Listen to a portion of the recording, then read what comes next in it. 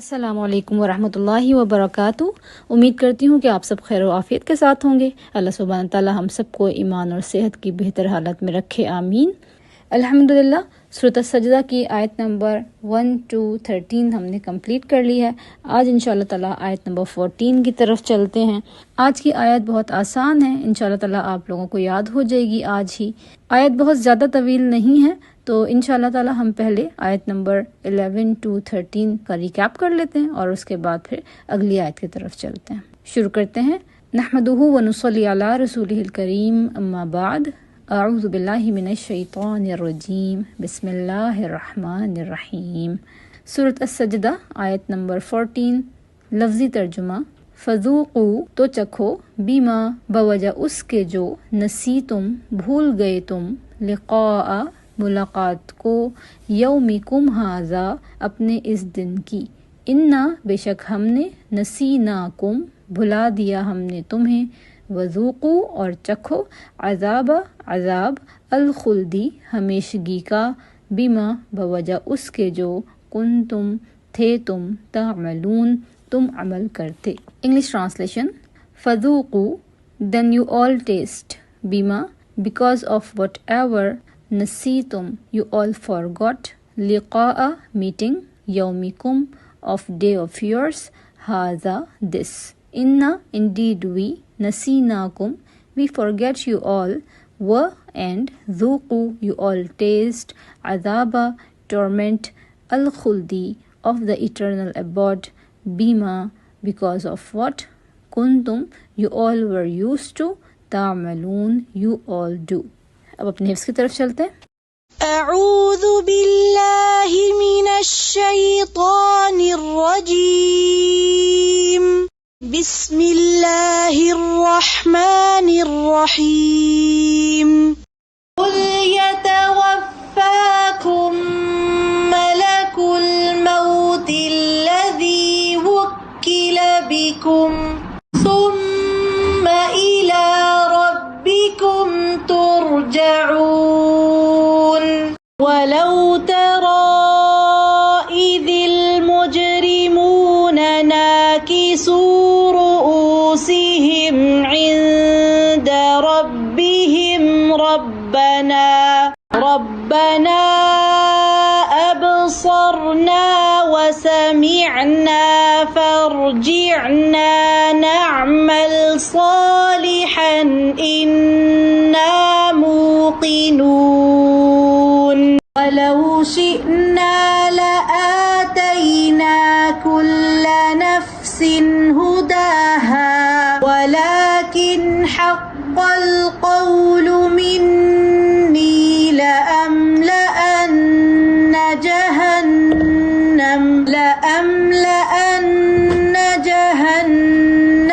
من الجنة والناس أجمعين۔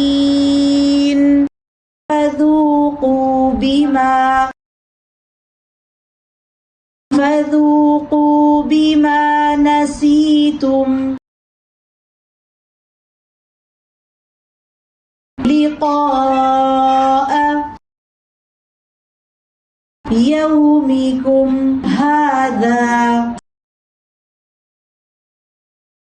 فذوقوا بما نسيتم لقاء يومكم هذا،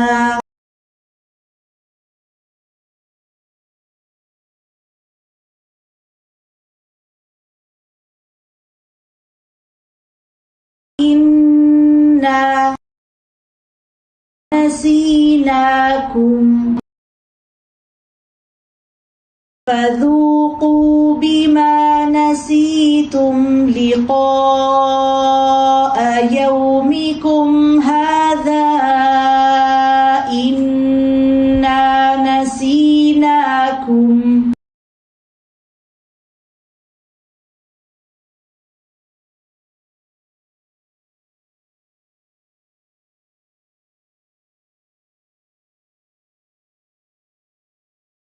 وذوقوا عذاب الخلد بما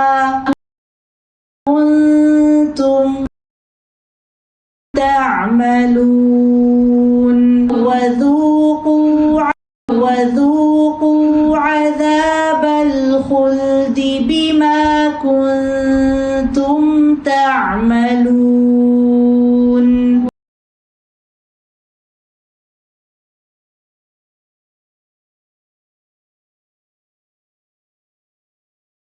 فذوقوا بما نسيتم لقاء يومكم هذا إنا نسيناكم وذوقوا عذاب الخلد بما كنتم تعملون.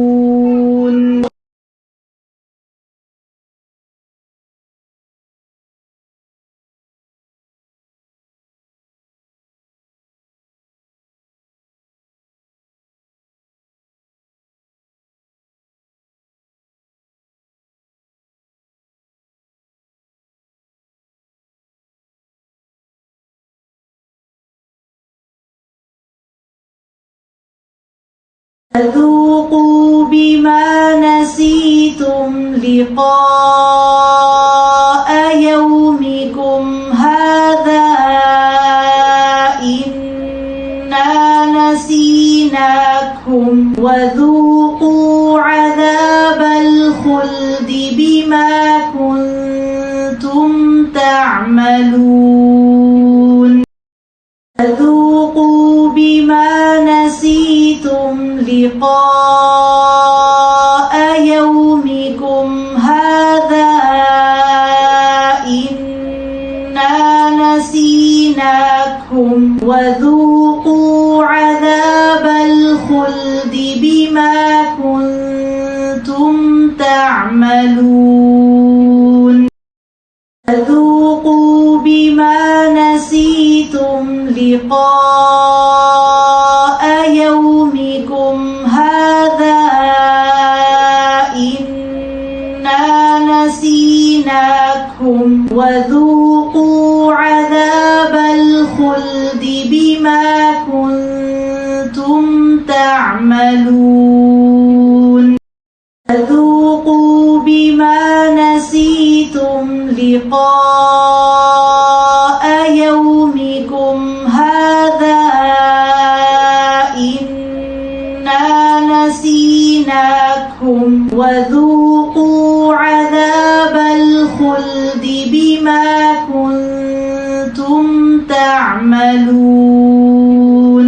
فذوقوا بما نسيتم لقاء يومكم هذا إنا نسيناكم وذوقوا عذاب الخلد بما كنتم تعملون. سبحانك اللهم وبحمدك نشهد أن لا إله إلا أنت نستغفرك ونتوب إليك. السلام عليكم ورحمة الله وبركاته.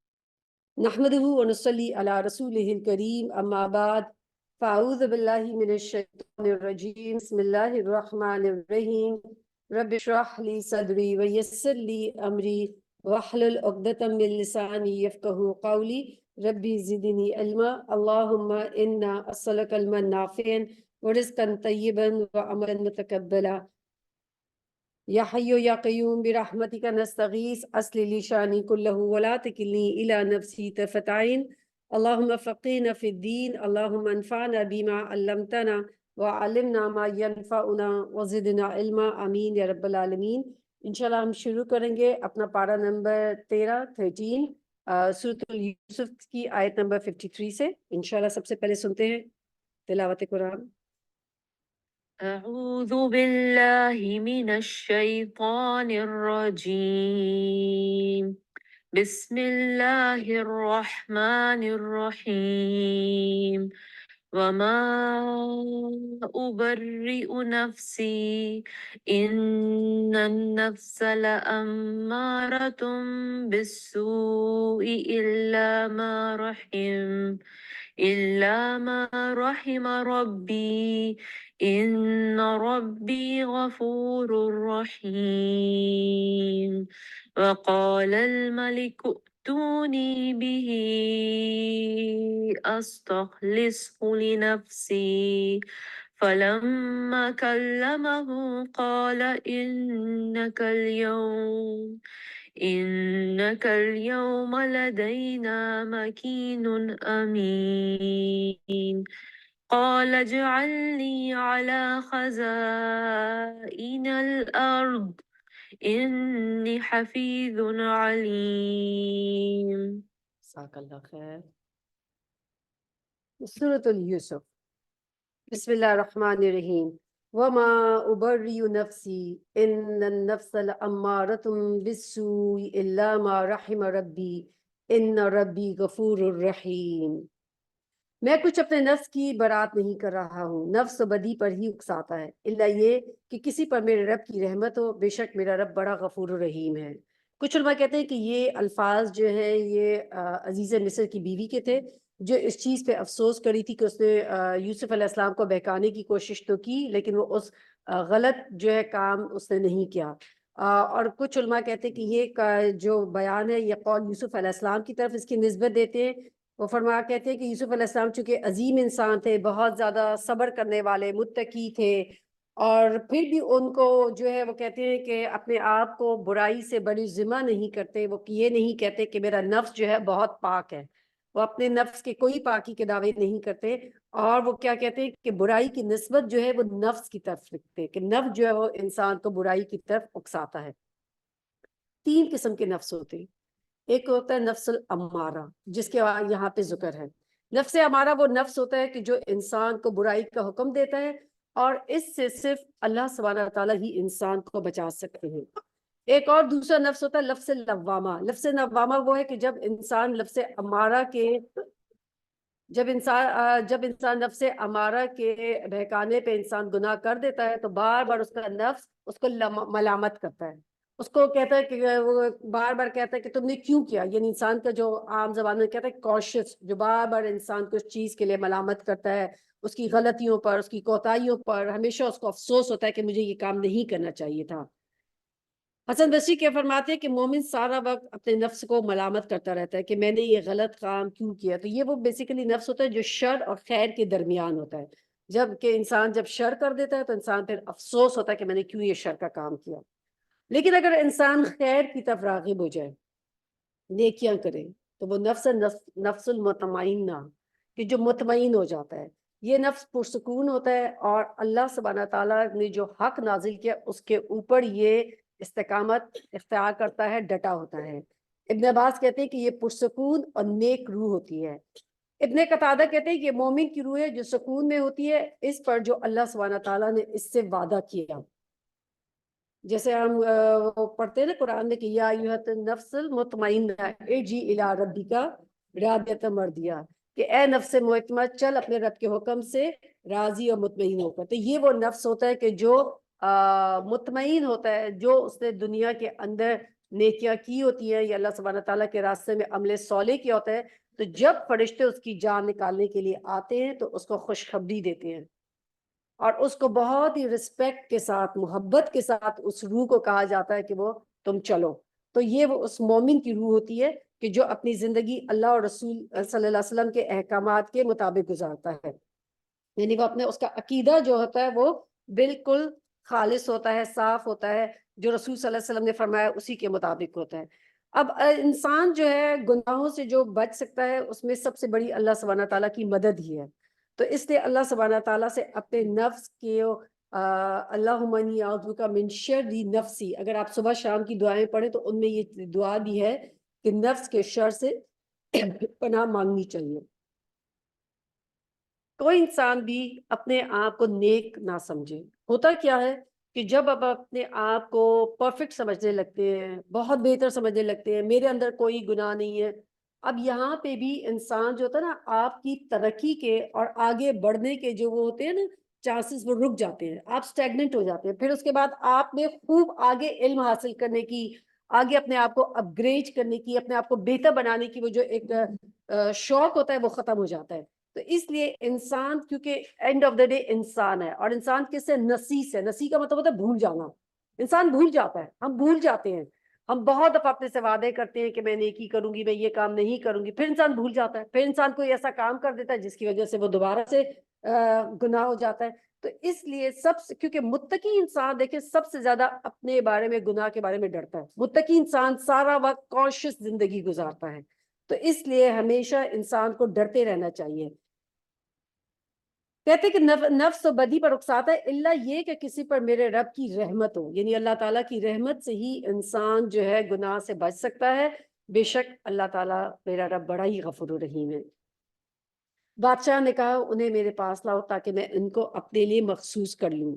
جب یوسف علیہ السلام نے اس سے گفتگو کی تو اس نے کہا اب آپ ہمارے ہاں قدر و منزلت رکھتے ہیں اور آپ کی امانت پر پورا بھروسہ ہے۔ یوسف علیہ السلام نے کہا ملک کے خزانے میرے سپرد کر دیجئے، میں حفاظت کرنے والا بھی ہوں اور علم بھی رکھتا ہوں۔ اور کیا یہ انسان سوچے کہ یوسف علیہ السلام مطلب دنیا کی چیز مانگ رہے ہیں کہ مجھے اقتدار بھی دے دے مجھے، کیونکہ میرے پاس علم ہے۔ تو یاد رکھیں کہ اگر کسی چیز انسان کے پاس کوئی قابلیت ہے اور وہ سمجھتا ہے کہ اس جگہ پر اس قابلیت کی ضرورت ہے یا میری اس کوالٹی کے ساتھ، میرے اس پروفیشن کے ساتھ انسان کو مدد مل سکتی ہے، تو اس وقت اپنی قابلیت کو ظاہر کرنا اور اس کو لوگوں کے سامنے مینشن کرنا یہ کوئی ریاکاری نہیں ہے، بلکہ یہ اس وقت کی ایک ضرورت ہے اور یہ انسان کی ذمہ داری ہے کہ اس وقت انسان جو بھی اللہ سبحانہ تعالیٰ نے اس کو اپرچونٹی یعنی صلاحیتیں دی ہیں ان صلاحیتوں سے لوگوں کو فائدہ دے۔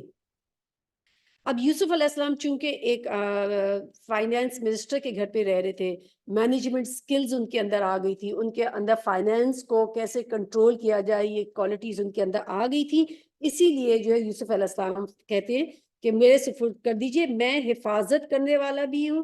اب آپ دیکھیں کہ پیچھے جو یوسف علیہ السلام کا بچپن سے ہم جتنا بھی کردار دیکھتے آ رہے ہیں کہ کتنا زیادہ، کیونکہ جو شخص اگر اپنے نفس کی حفاظت کرتا ہے، اپنے آپ کو کنٹرول کر سکتا ہے، تو آگے وہ پھر اور بھی چیزوں کو کنٹرول کر سکتا ہے کہ جو اس کو سپورٹ کی جائے۔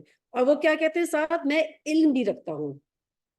اب ہمارے یہاں کیا ہوتا ہے بہت دفعہ آپ دیکھیں کہ کتنی ایسی کسی کو ڈیزگنیشن دی جاتی ہیں، یا تو وہ امانت دار نہیں ہوتا یا اس کے پاس اس چیز کی کوالیفیکیشن یا علم نہیں ہوتا، اور اس کی وجہ سے کیا ہوتا ہے ایک معاشرے کا، ایک ماس کا جو ہے نقصان ہوتا ہے۔ تو اس لیے کسی کو بھی اگر کوئی رسپانسبلٹی بھی دی جائے تو اس رسپانسبلٹی کو اٹھانے کی اس کے اندر طاقت بھی ہو، اس کے اندر اس کا علم بھی ہونا چاہیے، اور پھر وہ اپنی امانت دار بھی ہونا چاہیے۔ اور خاص طور پہ یہ چیز مال کے معاملے میں ہے۔ مال کے معاملے میں اٹ از ویری امپورٹنٹ کہ حساب کتاب کا انسان کو ماہر ہونا چاہیے، اور خاص طور پہ جو یوسف علیہ السلام خاص جو کہتے ہیں حفاظت کرنے والا، وہ حفاظت جو ہے وہ خاص مال کے لیے ہے، کیونکہ بہت بڑی ایک رسپانسبلٹی ہے جو کوئی بھی آپ کے پاس اپنا مال رکھواتا ہے۔ اور اسی لیے رسول صلی اللہ علیہ وسلم کو کیا کہا جاتا تھا؟ صادق اور امین، آپ امانت دار تھے۔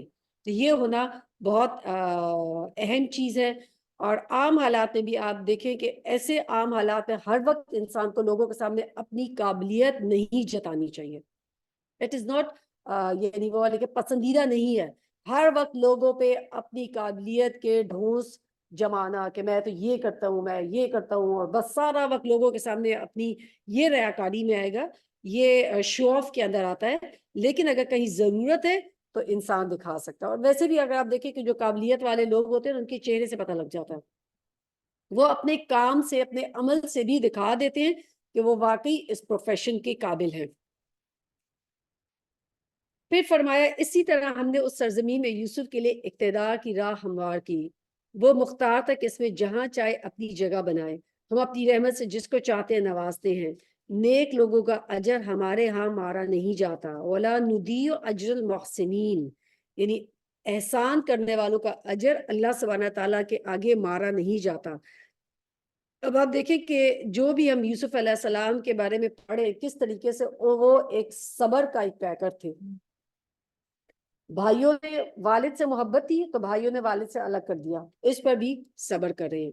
والد کی جدائی پر صبر، اپنے گھر بار کو چھوڑنے پر صبر، اپنے شہر کنعان کو چھوڑنے پر صبر، پھر اس کے بعد جو ہے عورتوں نے اس کے اوپر ظلم کیا، اس کے اوپر غلامی کی بضع سنین، یعنی کتنی ہی زندگی گزار دی، 9 سے 10 14 سال، اس پر بھی کیا کریں؟ صبر کر رہے ہیں۔ الزام لگائے گئے پھر بھی صبر کریں۔ تو اس سے ہمارے لیے یہ ہے کہ بہت دفعہ زندگی میں ہمیں اپنے سب سے قریبی رشتوں سے تکلیف ملتی ہے، ایسی تکالیف ملتی ہیں کہ جو ہمیں انسان سوچتے کہ یہ انسان جس کے ساتھ میں نے اتنی ساری زندگی گزار دی، میرے اپنے بہن بھائی، میرا اپنا شوہر، میرے اپنے بچے، وہ مجھے ایسی تکلیف دے سکتے ہیں. تو اس وقت بھی ہمیں یہ سب انسان کے لیے آزمائش ہے اللہ سبحانہ تعالیٰ کی طرف سے.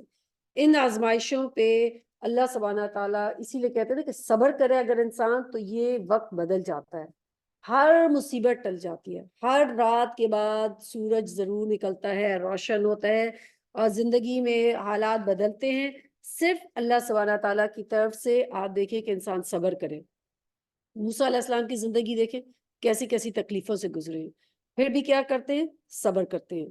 ابراہیم علیہ السلام کی زندگی دیکھیں، یونس علیہ السلام کی، یعنی جس پیغمبر کی زندگی اٹھا لیں، نوح علیہ السلام کی لائف دیکھیں، ہر کوئی ڈفرینٹ طریقے سے آزمایا گیا ہے.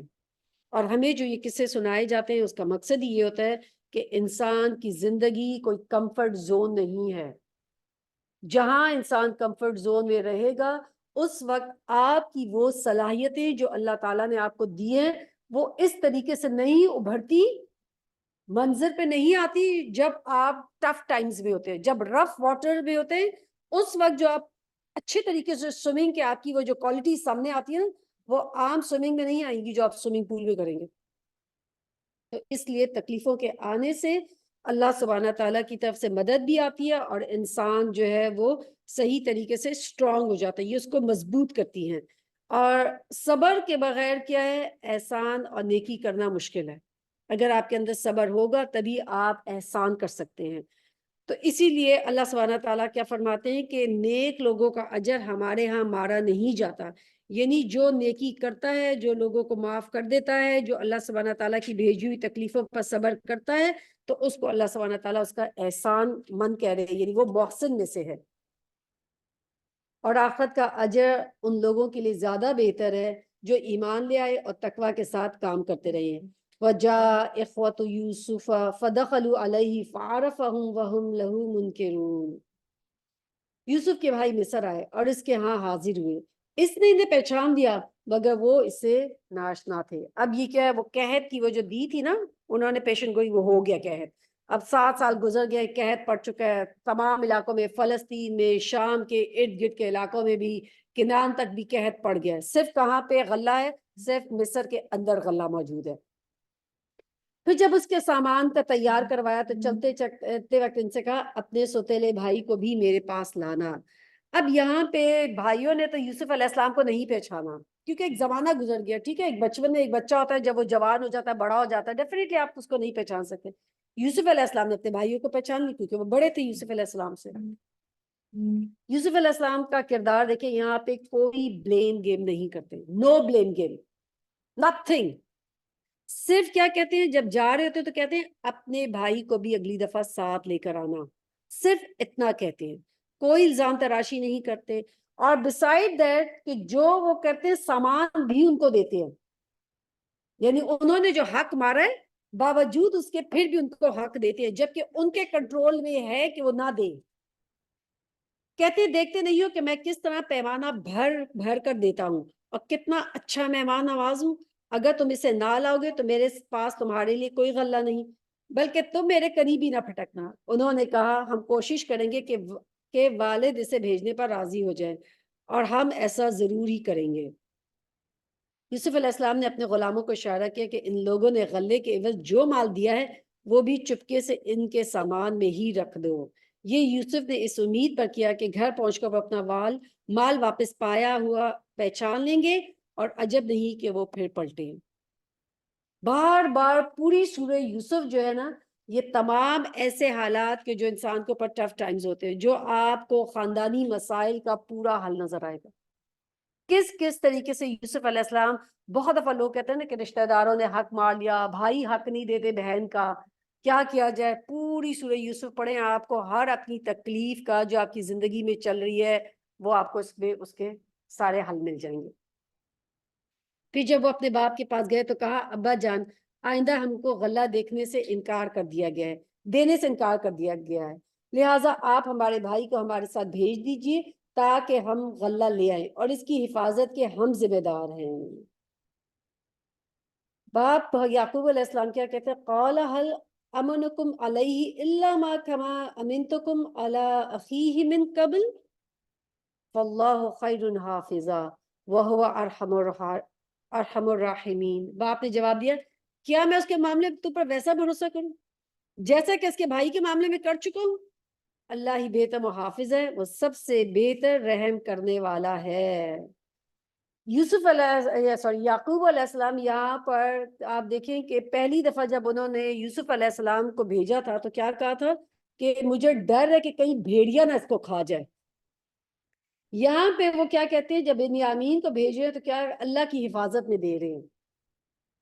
علماء کہتے ہیں کہ جب انہوں نے اللہ کی حفاظت میں دیا تو واپسی پر بنیامین بھی آ گئے، یوسف علیہ السلام بھی آ گئے.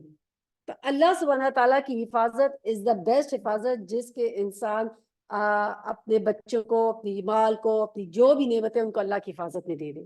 جب ہمارے بچے باہر پڑے ہوتے ہیں، باہر جا رہے ہوتے ہیں، سفر پہ جا رہے ہوتے ہیں، ہم خود سفر پہ جا رہے ہوتے ہیں، تو ہر ماں کے دل میں ایک خوف ہوتا ہے بچے کو بھیجتے وقت بھی، بچے کو چھوڑتے وقت بھی. اچھا میرے بچوں کا کیا ہوگا، اچھا ان کو کیا ہوگا. تو ہمیشہ یاد رکھیں کہ جب بھی کبھی ایسا ہو اللہ کی حفاظت جائے، کوئی بھی مسافر جائے اس کو اللہ کی حفاظت میں دے دے. اور اسی لیے ہمیں تو جیسے سکھایا جاتا ہے نا کہ اللہ حافظ جو ہم کہتے ہیں وہ کیا ہوتا ہے، اللہ کی حفاظت میں جاؤ، یہ بھی وہی ہے.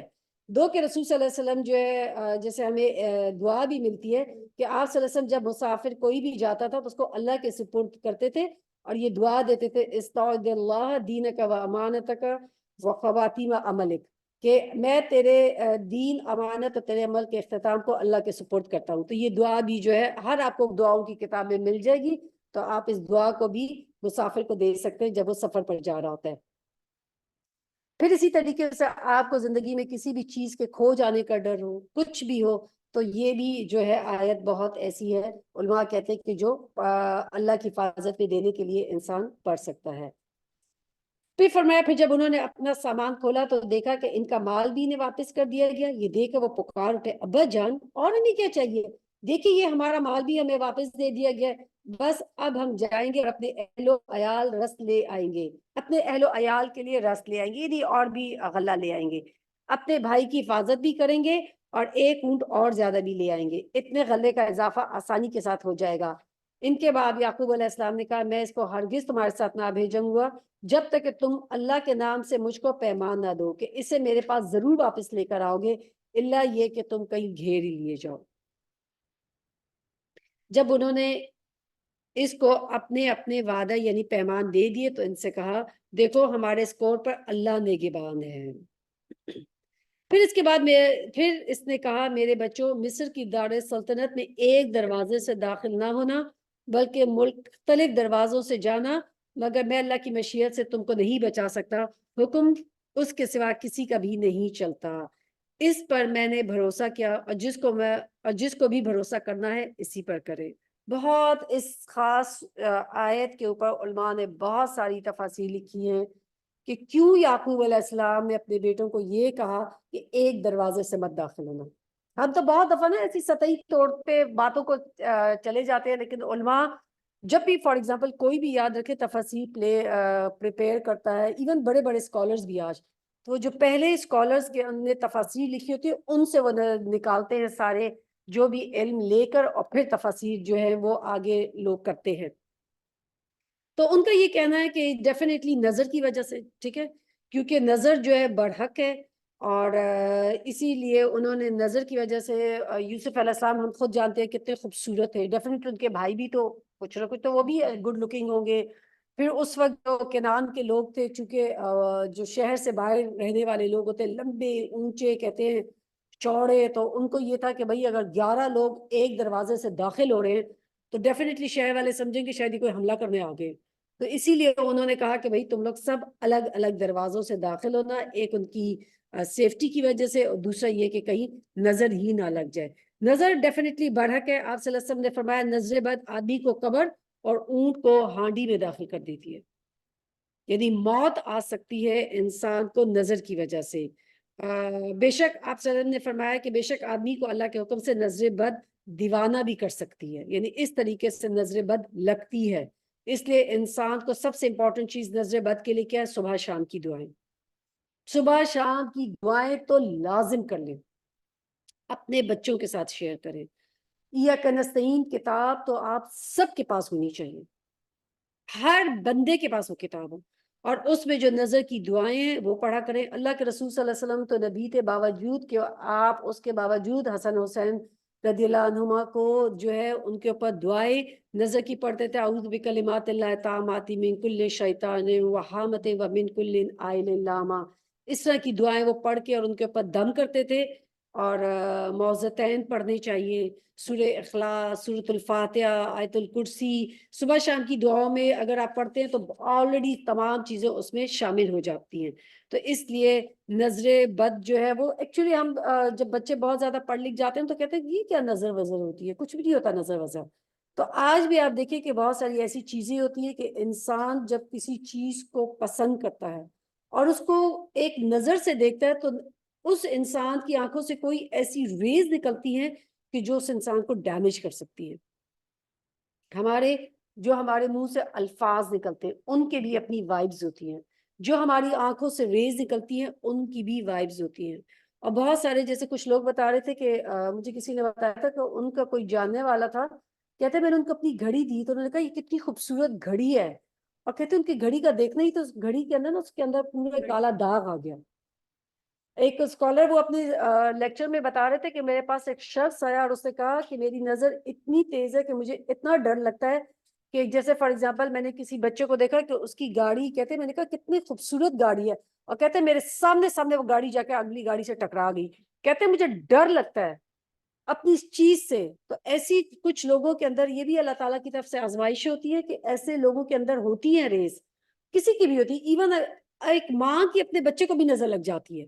تو اس لیے جب بھی اگر آپ کی کوئی اپنی چیز ہے اچھی جس کو آپ دیکھتے ہیں اور آپ کو پسند آتی، کیونکہ ہر ایک انسان اپنے بچے کو دیکھتے ہیں آپ کو پیار آتا ہے، ہر ماں کو، تو اسی لیے کہا کریں ماشاء اللہ لا قوت الا باللہ. ٹھیک ہے، جب آپ اپنے بچے کو یا اپنی کسی نعمت کو دیکھ کے آپ خوش ہو جائیں، اور اگر کسی اور کی نعمت دیکھیں تو کیا کہیں اللہم بارک فی. ٹھیک ہے، اللہم بارک، کہ اسی لیے ہم اپنی زبان میں کیا کہتے ہیں مبارک ہو. وہ مبارک ہونا کیا ہوتا ہے کہ اللہ مبارک کرے، تو یہ کیا ہے کہ آپ اس کو نظر سے بچاتے ہیں. پھر اس کے بعد فرمایا وَلَمَّا دَخَلُوا مِنْ حَيْثُ أَمَرَهُمْ أَبُوهُمْ. اور واقعہ یہ بھی ہوا کہ جب اپنے باپ کی ہدایت کے مطابق شہر میں داخل ہوئے تو اس کی یہ احتیاطی تدبیر اللہ کی مشیت کے مقابلے میں کچھ کام نہ آ سکی. ہاں بس یعقوب کے دل میں جو ایک کھٹک تھی اسے دور کرنے کے لیے اس نے اپنی سی کوشش کر لی. اب اس کے بعد اب یہ بات سمجھ آتی ہے کہ کبھی کبھار وہ نظر لگ جاتی ہے. نظر کا لگنا نہ لگنا یہ سب اللہ تعالیٰ کی مدد سے، اللہ کی ہی رضا سے ہوتا ہے، اللہ کی مشیت سے ہوتا ہے. اگر اللہ چاہتا ہے تو ہو جاتا ہے، لیکن ہمیں پریکاشن میٹرز لینے چاہیے. جو بھی پریکاشنز ہیں وہ آپ کو ان کو اختیار کرنا چاہیے، اسباب دعائیں وغیرہ سب لینی چاہیے. اگر اس کے بعد جو ہوتی ہے تو اب ہر چیز پہ بھی انسان نہ ہو کہ جی مجھے نظر لگ گئی ہے. کچھ لوگ ہوتے ہیں وہ اسی چیز کے اندر پھنس جاتے ہیں، ہر چیز میں اس نے نظر لگا دی، اس نے نظر لگا دی، اور پھر اس کی نظر سے میرا فلاں کام ختم ہو گیا. پھر اس سے کیا ہوتا ہے رشتہ داروں کے اندر کہتا ہے تعلقی ہو جاتی ہے. تو پلیز اس چیز کو بھی اپنے اوپر اتنا دماغ پہ مت سوار کرے کہ انسان کے رشتے ہی خراب ہو جائے. فلاں میرے گھر میں آتا ہے تو نظر لگا کے چلا جاتا ہے، میرے بچے بیمار ہو جاتے ہیں، میرا گھر خراب ہو جاتا ہے. پلیز وہم، یہ بالکل یہ وہم ہے ایکچولی. ہاں بس یعقوب کے دل میں جو کھٹک تھی اسے دور کرنے کے لیے اس نے اپنی سی کوشش کری. بے شک وہ ہماری دوئی تعلیم سے صاحب علم تھا، مگر اکثر لوگ معاملے کی حقیقت کو نہیں جانتے ہیں. یہ لوگ یوسف کے حضور پہنچے تو اس نے اپنے بھائی کو اپنے پاس الگ بلا لیا اور اسے بتا دیا کہ میں تیرا بھائی ہوں، جو کھو گیا تھا. اب تو ان باتوں کا غم نہ کر جو یہ لوگ کر رہے ہیں. اب یوسف علیہ السلام اپنے بھائی کو کیا چیز کا خاص مشورہ دے رہے ہیں کہ اپنی سوچ مثبت رکھو. جو لوگ تمہارے ساتھ جو انہوں نے کر رہے ہیں، جو انہوں نے کیا، پلیز اس کو چھوڑ دو، بی پازیٹیو. اور یہ بہت امپورٹنٹ ہے. کوئی بھی انسان اگر آپ کے پاس آئے اور آپ کو اپنا کوئی بتاتا ہے فلاں رشتہ داروں نے میرے ساتھ یہ کر دیا، میرے بھائی نے میرا مال کھا لیا، میرے بچے میرے ساتھ یہ کرتے ہیں. خاص طور پہ جب بچے شادی شدہ ہو جاتے ہیں تو ماؤں کو سخت تکلیف شروع ہو جاتی ہے، میرے بچے یہ نہیں کرتے، میرا خیال نہیں کرتے. ہمیشہ لوگوں کو پازیٹیوٹی کی طرف لے کر آئیں، کیونکہ جب انسان پازیٹیو ہوتا ہے نا تو اس کو چیزیں جو ہیں وہ صحیح لگتی ہیں. انسان ان چیزوں کو ایک پازیٹیو انداز سے دیکھتا ہے. لیکن جب انسان کے اندر نیگیٹو سوچ کے ساتھ، ایک نیگیٹو مائنڈ سیٹ کے ساتھ چل رہا ہوتا ہے، پھر آپ کو صحیح چیز بھی جو ہوتی ہے وہ غلط لگ رہی ہوتی ہے. تو اس لیے بی پازیٹیو. مشکلات کا جو ٹائم ہے وہ گزر جاتا ہے. کبھی کبھار ایسا بھی ہوتا ہے کہ ہم تمام دعائیں بھی کرتے ہیں، اسباب بھی اختیار کرتے ہیں، پھر بھی زندگی میں مشکلات آ جاتی ہیں، تکلیفیں آتی ہیں. تو مومن جو ہوتا ہے، ہم نے کہا ہر حال میں خیر ہوتا ہے. اگر تکلیف آتی ہے تو صبر کرتا ہے، اور اگر جو اچھے حالات ہوتے ہیں تو اللہ سبحانہ تعالیٰ کا شکر ادا کرتا ہے. تو مومن کے لیے تو ہر صورت خیر ہی خیر ہے. اور پھر ہم نے یہ بھی پڑھا کہ اگر مومن کو ایک کانٹا بھی چبھتا ہے تو اس کے بدلے اللہ سبحانہ تعالیٰ اس کے گناہ معاف کرتا ہے. تو کبھی بھی کوئی ایسے حالات ہو جائے، کبھی بھی اینگزائٹی، ڈپریشن، نیگیٹیوٹی کا شکار نہ ہو، اپنے آپ کو پازیٹیو رکھیں. جو ہوئے یہ بہتری ہی کے لیے ہوا ہے. جب یوسف علیہ السلام نے ان بھائیوں کا سامان لدوانے لگا تو اس نے اپنے بھائی کے سامان میں اپنا پیالہ رکھ دیا. پھر ایک پکارنے والے نے پکار کر کہا، اے قافلے والو، تم لوگ چور ہو. انہوں نے پلٹ کر پوچھا، تمہاری کیا چیز کھو گئی؟ سرکاری ملازم نے کہا، بادشاہ کا پیمانہ ہم کو نہیں ملتا، اور جو شخص لا کر دے گا اس کے لیے ایک جو ہے اونٹ انعام کا ہے، اس کا میں ذمہ لیتا ہوں. ان بھائیوں نے کہا، اللہ کی قسم تم لوگ خوب جانتے ہو کہ ہم اس ملک میں فساد کرنے کو نہیں آئے ہیں، اور ہم چوریاں کرنے والے لوگ نہیں ہیں. انہوں نے کہا، اچھا اگر تمہاری بات جھوٹی نکلی تو چور کی کیا سزا ہے؟ انہوں نے کہا، اس کی سزا اس کے سامان میں سے جو چیز نکلے وہ اپنے ہی آپ اپنی سزا میں رکھ لیا جائے. اب کنان کے اندر یہ لا تھا کہ اگر کوئی جو ہوتا تھا تو جس کو، یعنی اس شخص کو جس نے چوری کی، اسی کو اس کے بدلے رکھا جاتا تھا. ہمارے ہاں تو ایسے ظالموں کو سزا دینے کا یہی طریقہ ہے. تب یوسف علیہ السلام نے اپنے بھائی سے پہلے ان خرجیوں کی تلاشی لینی شروع کر دی، پھر اپنے بھائی کی خرجی سے گمشدہ چیز برآمد کر لی. اس طرح ہم نے یوسف کی تائید اپنے تدبیر سے کی. اس کا یہ کام نہ تھا کہ بادشاہ کے دین یعنی مصر کی شاہی قانون میں اپنے بھائی کو پکڑتا یا روک سکتا.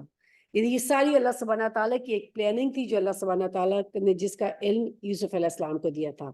اللہ یہ کہ اللہ یہ ایسا چاہے، ہم جس کے درجے چاہتے بلند کر دیتے ہیں. اور ایک علم رکھنے والا ایسا ہی ہے کہ جو ہر صاحب علم سے بالا تر ہے، یعنی ہر ایک کے اوپر دوسرا علم والا. کوئی یہ نہ کہے کہ میرا علم بہت زیادہ ہے. علم کی انتہا جو ہے نا وہ اینڈلیس، وہ اللہ سبحانہ تعالیٰ کے پاس اینڈلیس علم ہے. میرے پاس، آپ کے پاس، کسی کے پاس اینڈلیس علم نہیں ہے.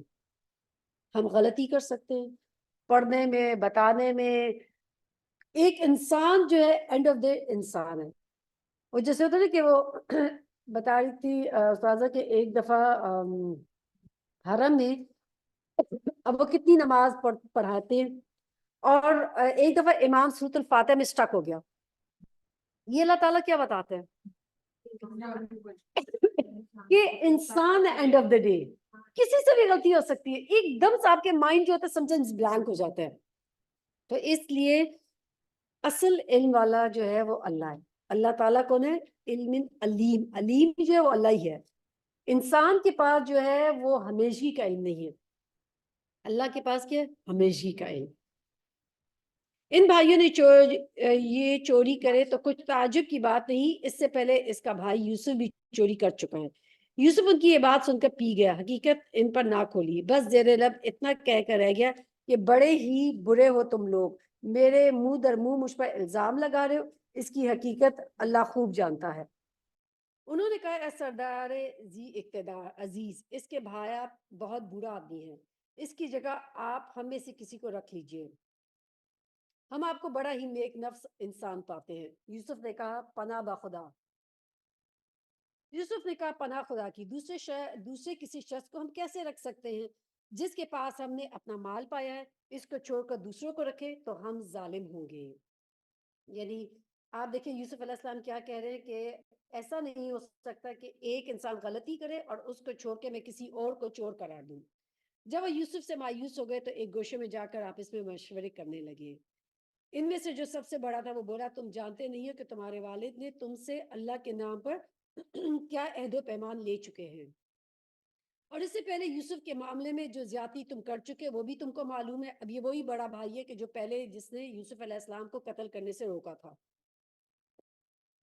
اب میں تو یہاں سے گزر نہ جاؤں گا جب تک کہ میرے والد مجھے اجازت نہ دے، یا پھر اللہ ہی میرے حق میں کوئی فیصلہ فرما دے، وہ سب سے بہتر فیصلہ کرنے والا ہے. تم جا کر اپنے والد سے کہو کہ ابا جان، آپ کے صاحبزادے نے تو چوری کی ہے، ہم نے اسے چوری کرتے ہوئے نہیں دیکھا، جو کچھ ہمیں معلوم ہے بس وہی ہم بیان کر رہے ہیں، اور غیر کی نگبانی تو ہم نہ کر سکتے تھے۔ آپ اس بستی کے لوگوں سے پوچھ لیجئے جہاں ہم تھے، اس قافلے سے دریافت کر لیجئے جس کے ساتھ ہم آئے ہیں، ہم اپنے بیان میں بالکل سچے ہیں۔ باپ نے یہ داستان سن کر کہا، دراصل تمہارے نفس نے تمہارے لیے ایک اور بڑی بات کو سہل کر دیا۔ اچھا، اب بھی میں صبر کروں گا اور بخوبی کروں گا۔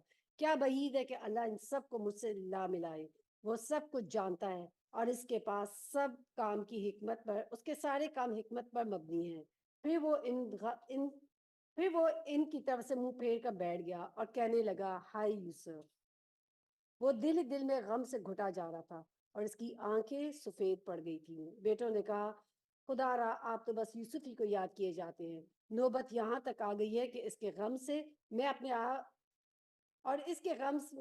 اپنے آپ کو گھلا دیں گے یا اپنی جان ہی ہلاک کر ڈالیں گے۔ اس سے کہا، میں اپنی پریشانی اور اپنے غم کی فریاد اللہ کے سوا کسی سے نہیں کرتا، اور اللہ سے جیسا میں واقف ہوں تم نہیں ہو۔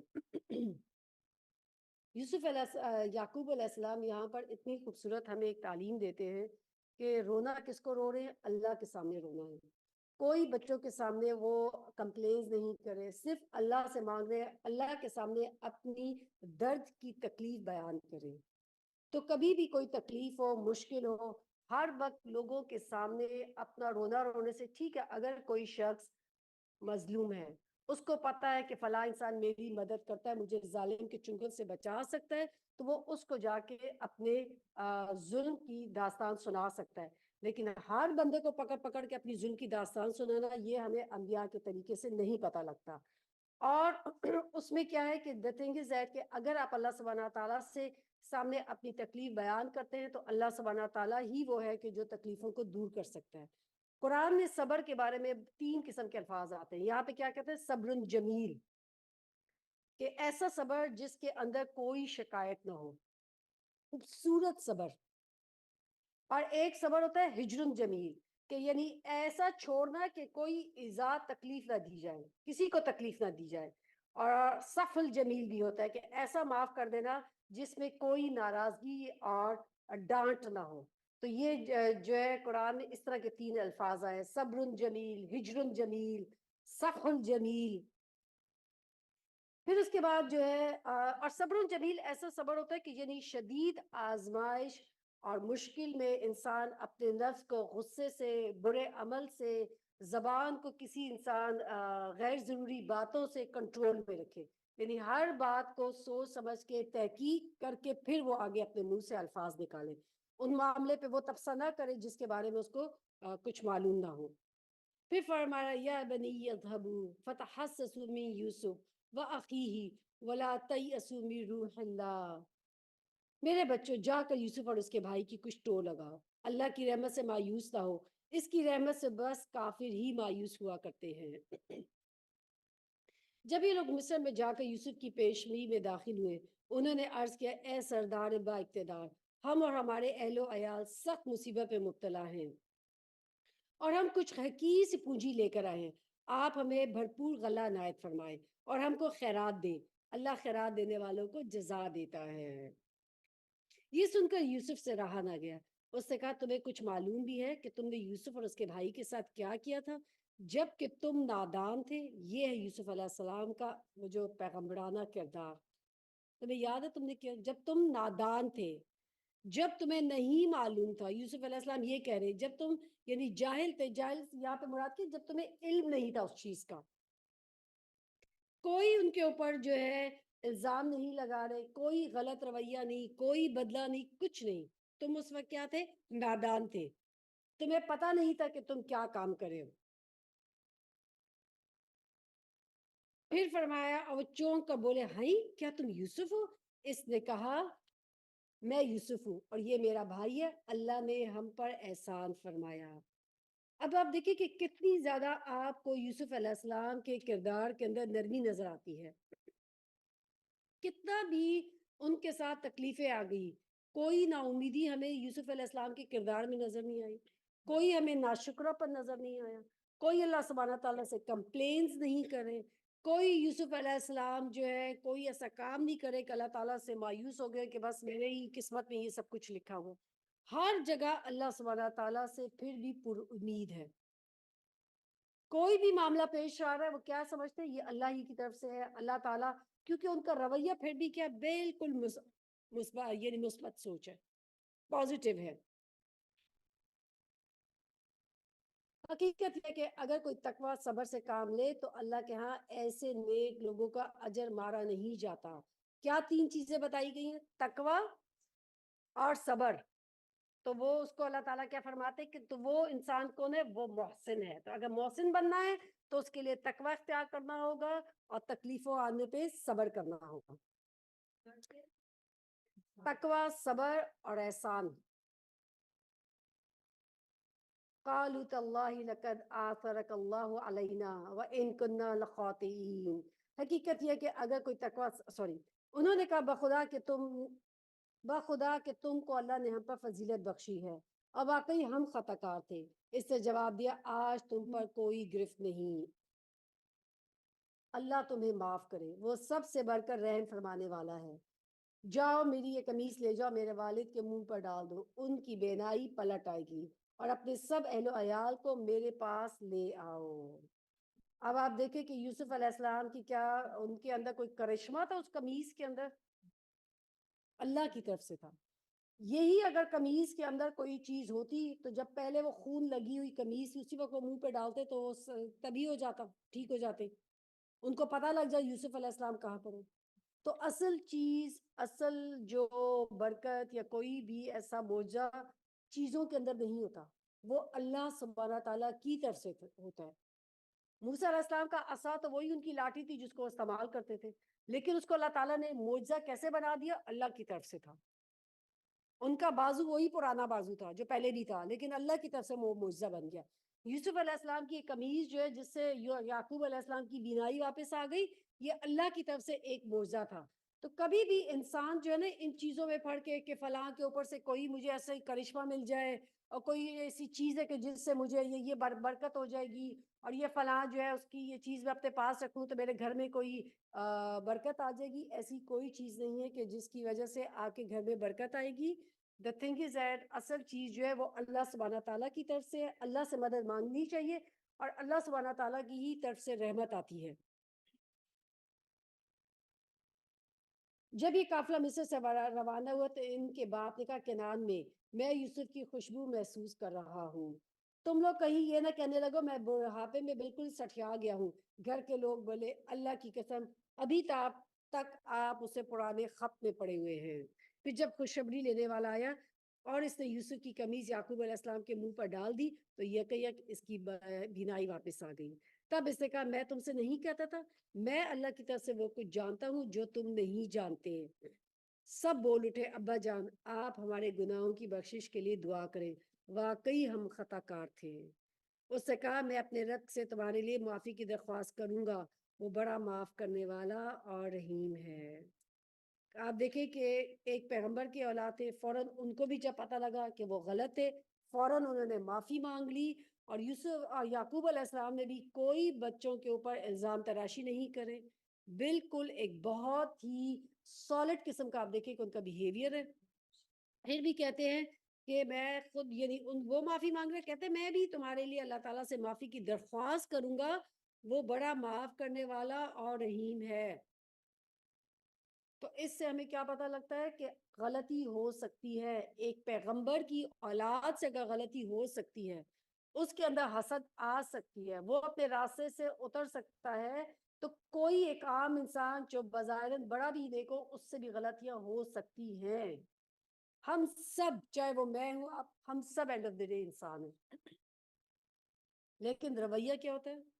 فوراً واپس آ جاؤ، معافی مانگ لو۔ اور خاص طور پہ آج کل جیسے سحری کا وقت ہوگا تو سحری کے وقت کیا کرنی ہے؟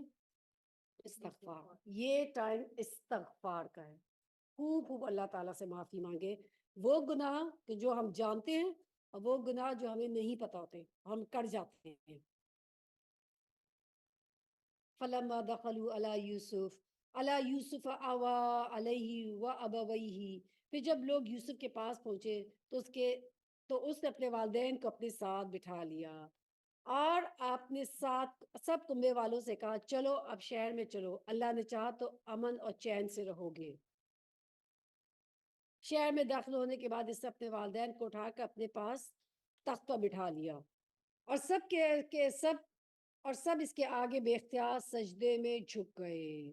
یوسف نے کہا ابا جان، یہ تعبیر ہے میرے اس خواب کی کہ جو میں نے دیکھا، میرے رب نے مجھے اسے حقیقت بنا دیا۔ اس کا احسان ہے کہ اس نے مجھے قید خانے سے نکالا اور آپ لوگوں کو صحرا سے لا کر مجھ سے ملایا، حالانکہ شیطان میرے اور میرے بھائیوں کے درمیان فساد ڈال چکا تھا۔ یہ تھا یوسف علیہ السلام کی نیکیوں کا اجر۔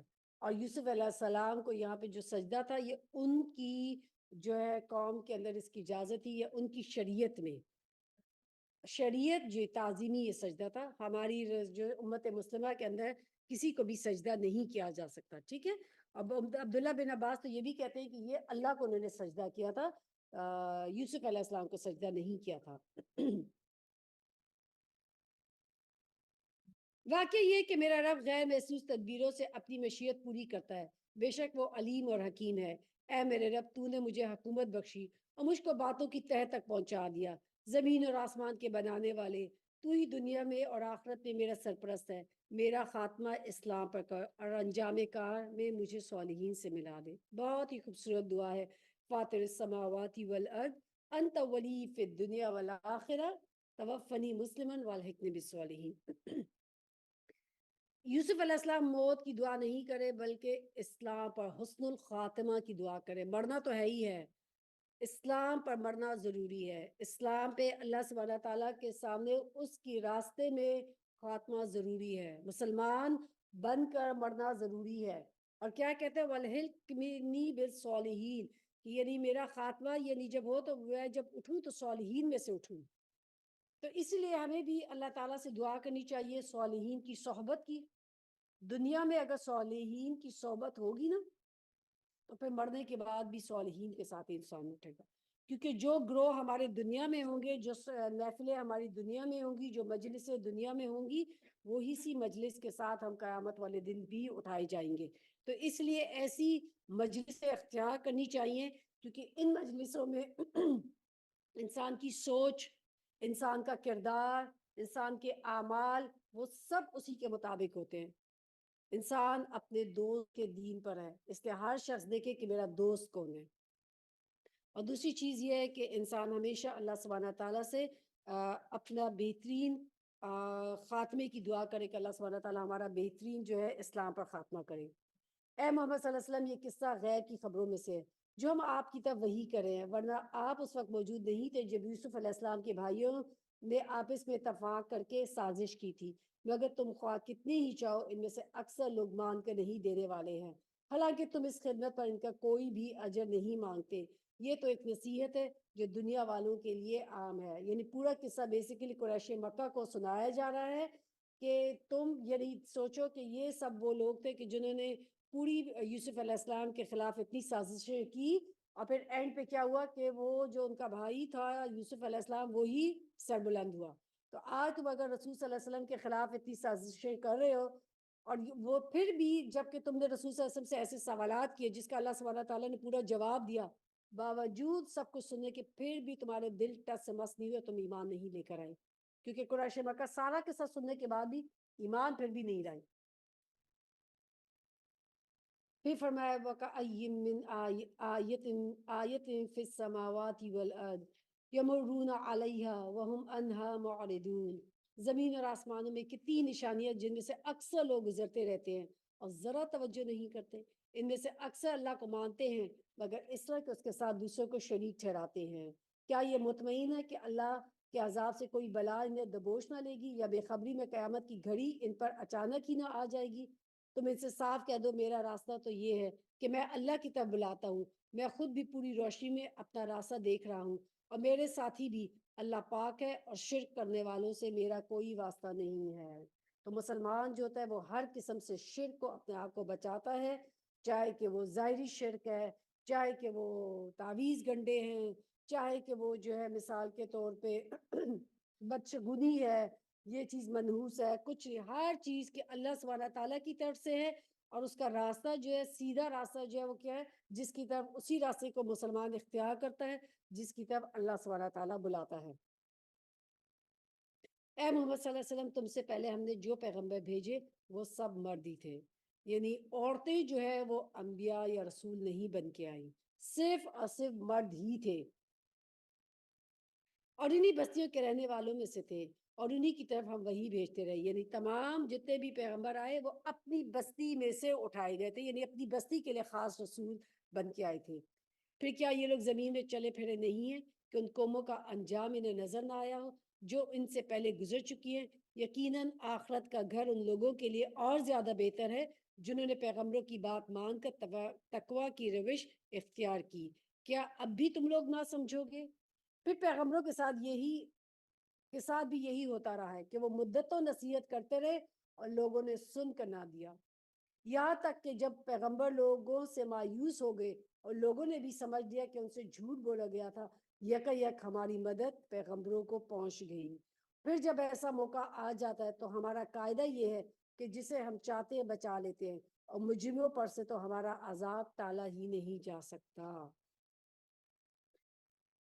لَقَدْ كَانَ فِي قَصَصِهِمْ عِبْرَةٌ لِأُولِي الْأَلْبَابِ، اگلے لوگوں کے ان قصوں میں عقل و ہوش رکھنے والوں کے لیے، اُولی الالباب یعنی عقل رکھنے والوں کے لیے عبرت ہے، یعنی یہ قصے جو کیوں سنائے جاتے ہیں کہ لوگ اس سے عبرت حاصل کریں، نصیحت حاصل کریں۔ یہ جو کچھ قرآن میں بیان کیا جا رہا ہے یہ بناوٹی باتیں نہیں ہیں، یعنی یہ کوئی قصے کہانی نہیں، سٹوری ٹیلنگ نہیں ہو رہی، یہ کیا ہو رہا ہے کہ عبرت کے لیے کہ نصیحت پکڑو، بلکہ جو کتابیں اس سے پہلے آئی ہوئی تھی ان کی بھی یہ تصدیق کرتی ہے، اور ہر چیز کی تفصیل، اور ایمان لانے والوں کے لیے ہدایت اور رحمت ہے۔ یعنی کتاب تو سب پڑھیں گے لیکن گائیڈنس کس کو ملے گی؟ ایمان لانے والوں کو، جو ایمان لے کر آئیں گے اس کتاب کو، مان جائیں گے، انہی کو اس سے ہدایت اور رحمت ملے گی۔ سورۃ الرعد۔ بسم اللہ الرحمن الرحیم، الف لام میم را، تلک آیات الکتاب والذی انزل الیک من ربک الحق ولكن أكثر الناس لا يؤمنون۔ الله الذي رفع السماوات بغير عمد ترونها ثم استوى على العرش وسخر الشمس والقمر كل يجري لأجل مسمى يدبر الأمر يفصل الآيات لعلكم بلقاء ربكم توقنون۔ بسم اللہ الرحمن الرحیم۔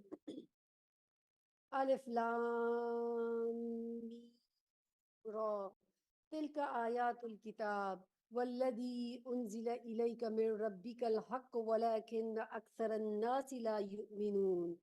الف لام میم را، یہ کتاب الہی کی آیات ہیں اور جو کچھ تمہارے رب کی طرف سے تم پر نازل کیا گیا ہے وہ عین حق ہے، مگر تمہاری قوم کے اکثر لوگ مان نہیں رہے ہیں۔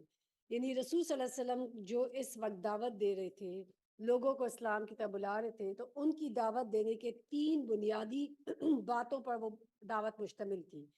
ایک یہ کہ تمام خدائی پوری کی پوری اللہ کی ہے، اس کے علاوہ اور کسی کی بندگی اور عبادت کا کوئی بھی مستحق نہیں ہے سوائے اللہ کے۔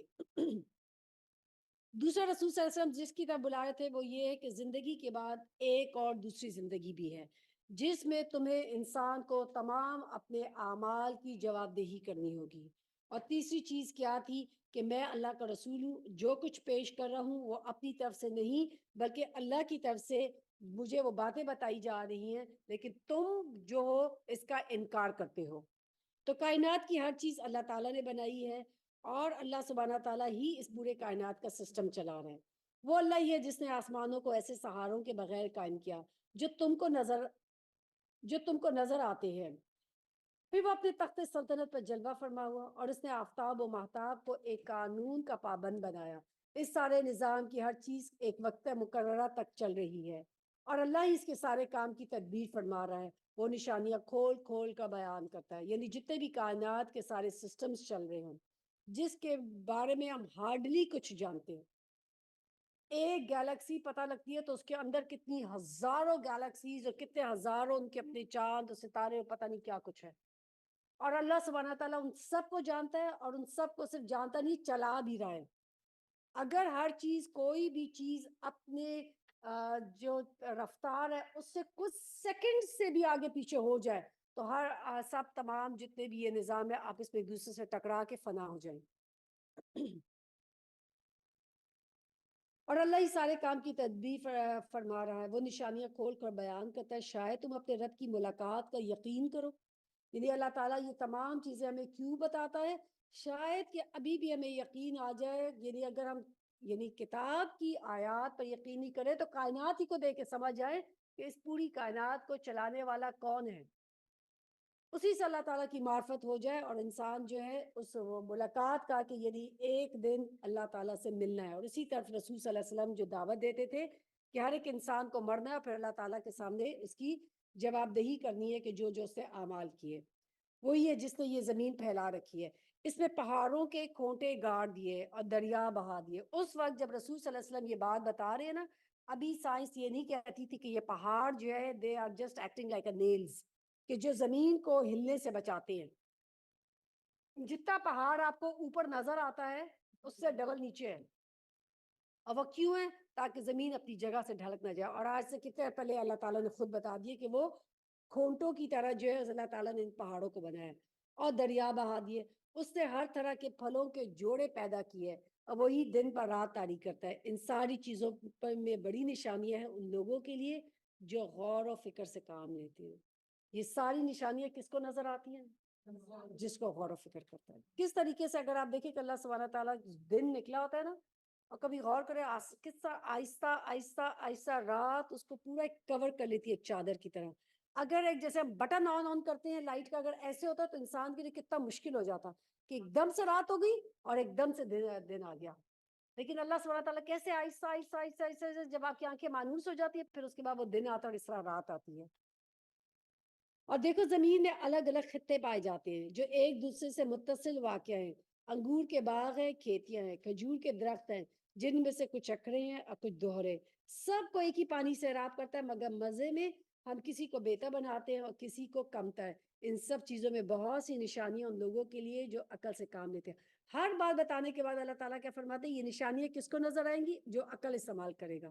اور اس سے یہ بھی پتہ لگتا ہے کہ آپ دیکھیں کہ ایک ہی پانی تمام اس کو ملتا ہے. ایک ہی درخت لگتا ہے، کسی میں کوئی پھل میٹھا ہوتا ہے اسی میں کوئی پھل خراب ہو جاتا ہے. اسی طریقے سے علماء کہتے ہیں اس سے مراد انسان ہے. ایک ہی گھر میں پلنے والے لوگ ہوتے ہیں، ایک ہی گھر میں پلنے والے بچے ہوتے ہیں. ہر بچے کی اپنی پرسنالٹی ہے. اگر میرے بچے ہیں تو میرے بچوں میں ہر بچہ اپنی پرسنالٹی کا ہے. ایک ہی والدین ہے، ایک ہی تربیت ہے. کچھ بچے جو ہے وہ بہت دین میں ہوتے ہیں، کچھ بچے جو ہے وہ نہیں ہوتے ہیں، کچھ کم ہوتے ہیں، کچھ زیادہ ہوتے ہیں، کوئی غصے والا ہوتا ہے. یہ انسان کی پرسنالٹیز کا فرق ہے. اللہ سبحانہ تعالیٰ نے بھی انسان کے اندر ویرائٹی بھی رکھی ہے. کوئی کالے ہیں، کوئی گورے ہیں، کوئی لمبے ہیں، کسی کا قد نیچے ہے، کسی کا مزاج ٹھنڈا ہے، کسی کا مزاج گرم ہے. یہ ویرائٹی بھی اللہ ہی کی طرف سے ہوتی ہے، اللہ نے ہی پیدا کی ہے. بالکل بالکل. یوسف علیہ السلام ایک بھائی کو دیکھے پیغمبر ہیں اور باقی جو ہیں وہ نہیں ہیں. اب اگر تمہیں تعجب کرنا ہے تو تعجب کے قابل لوگوں کا قول یہ ہے کہ جب ہم مر کر مٹی ہو جائیں گے تو کیا ہم نئے سرے سے پیدا کیے جائیں گے؟ یہ وہ لوگ ہیں جنہوں نے اپنے رب سے کفر کیا. یہ وہ لوگ ہیں جن کی گردنوں میں توق پڑے ہوئے ہیں. یہ جہنمی ہیں اور جہنم میں ہمیشہ رہیں گے. کس چیز پہ جہنم میں؟ جو اس اپنے عقیدے کے شک میں ہے کہ ہم مرنے کے بعد دوبارہ نئے سرے سے پیدا کیے جائیں گے. تو اس لیے یہ عقیدہ سٹرونگ ہونا کتنا ضروری ہے. ان کا یہ عقیدہ سٹرونگ نہیں. اللہ کو مانتے تھے لیکن یہ نہیں مانتے تھے کہ واپس دوبارہ زندہ ہوں گے اور پھر ہمیں جواب دہی کرنی ہوگی اپنی. اس وجہ سے اللہ تعالیٰ نے فرمایا کہ انہوں نے اپنے کفر کیا. یہ لوگ بھلائی سے پہلے برائی کے لیے جلدی مچا رہے ہیں.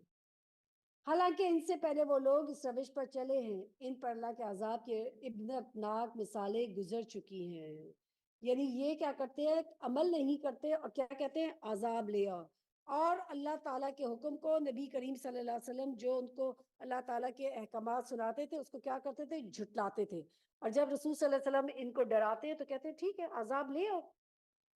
آپ صلی اللہ علیہ وسلم کو دھمکیاں دیتے تھے کہ کیوں نہیں آتا عذاب، چیلنج کرتے تھے، تو اللہ تعالیٰ نے اس کا جواب دیا.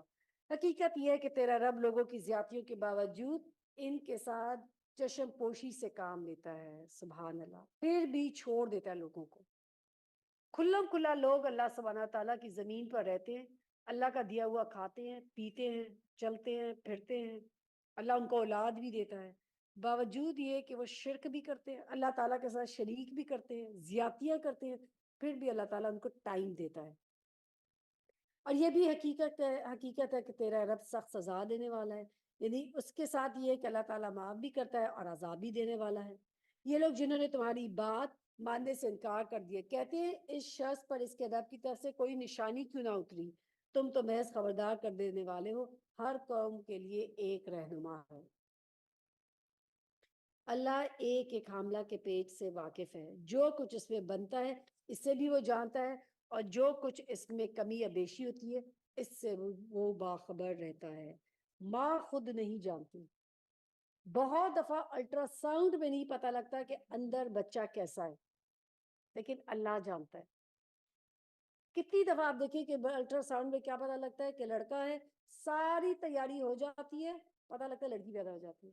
کبھی کبھار میں خود جانتی ہوں، ہمارے کو اس میں ایک بچی کو ڈاکٹر نے کہا تھا کہ تمہاری بیٹی ہے. اب ہر چیز پنک، آج کل تو پنک اور وہ آ گیا نا بلو، ہر چیز پنک، کپڑے پنک. اب پیدا ہوا تو وہ بیٹا تھا. اب وہ کہے کہ بیٹا ہوا، کہتا نہیں وہ میرا نہیں ہے، اس کا آپ کہتا ہے وہ کسی اور کا ہوگا، مجھے ڈاکٹر نے کہا تھا بیٹی ہوگی. سبحان اللہ. اور یہ اللہ تعالیٰ فرماتے ہیں کہ اللہ ایکچولی جانتا ہے. کتنی دفعہ بچہ جو ہے بظاہراً صحیح نظر آ رہا ہوتا ہے، پیدا ہوتے ہی فوت ہو جاتا ہے، کوئی ہوتے ہیں اس کے اندر ڈیفیکٹس. کتنی دفعہ بچہ جو ہے وہ ڈاکٹر کہتے ہیں کہ نہیں اس بچے کو ضائع کر دیا جائے کیونکہ یہ ڈسیبل ہو سکتا ہے، وہ بچہ بالکل صحیح سالم پیدا ہوتا ہے.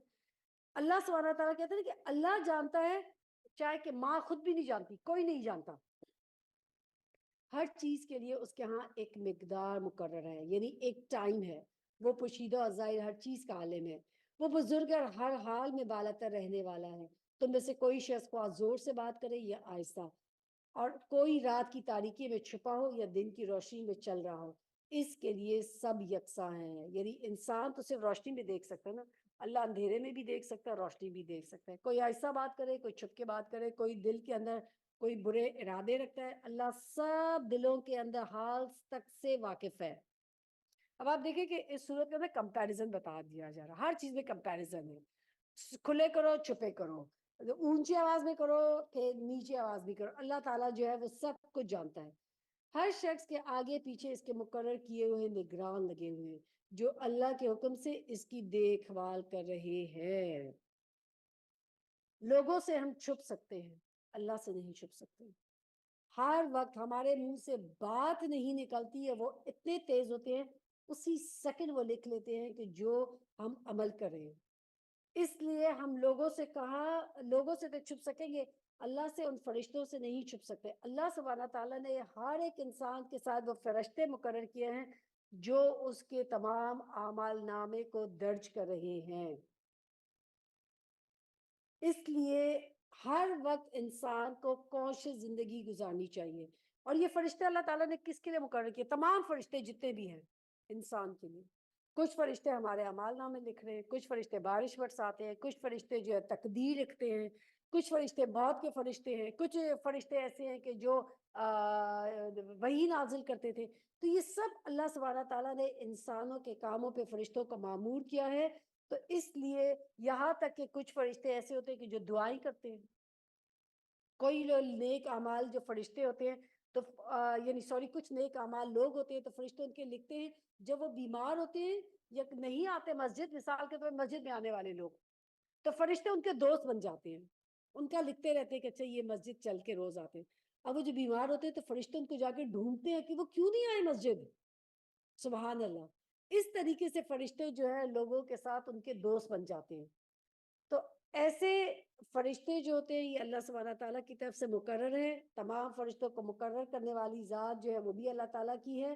اور ایون جب کوئی شخص بیمار ہو جائے اور جو شخص نیکیاں کرتا رہے تو اللہ تعالیٰ فرشتوں کو کہتا ہے کہ بیماری میں اگر وہ کسی اپنے اچھے عمل سے رک گیا ہے تو تب بھی اس کے وہ عمل لکھتے جاؤ وہ جو صحت کی حالت میں وہ کرتا تھا.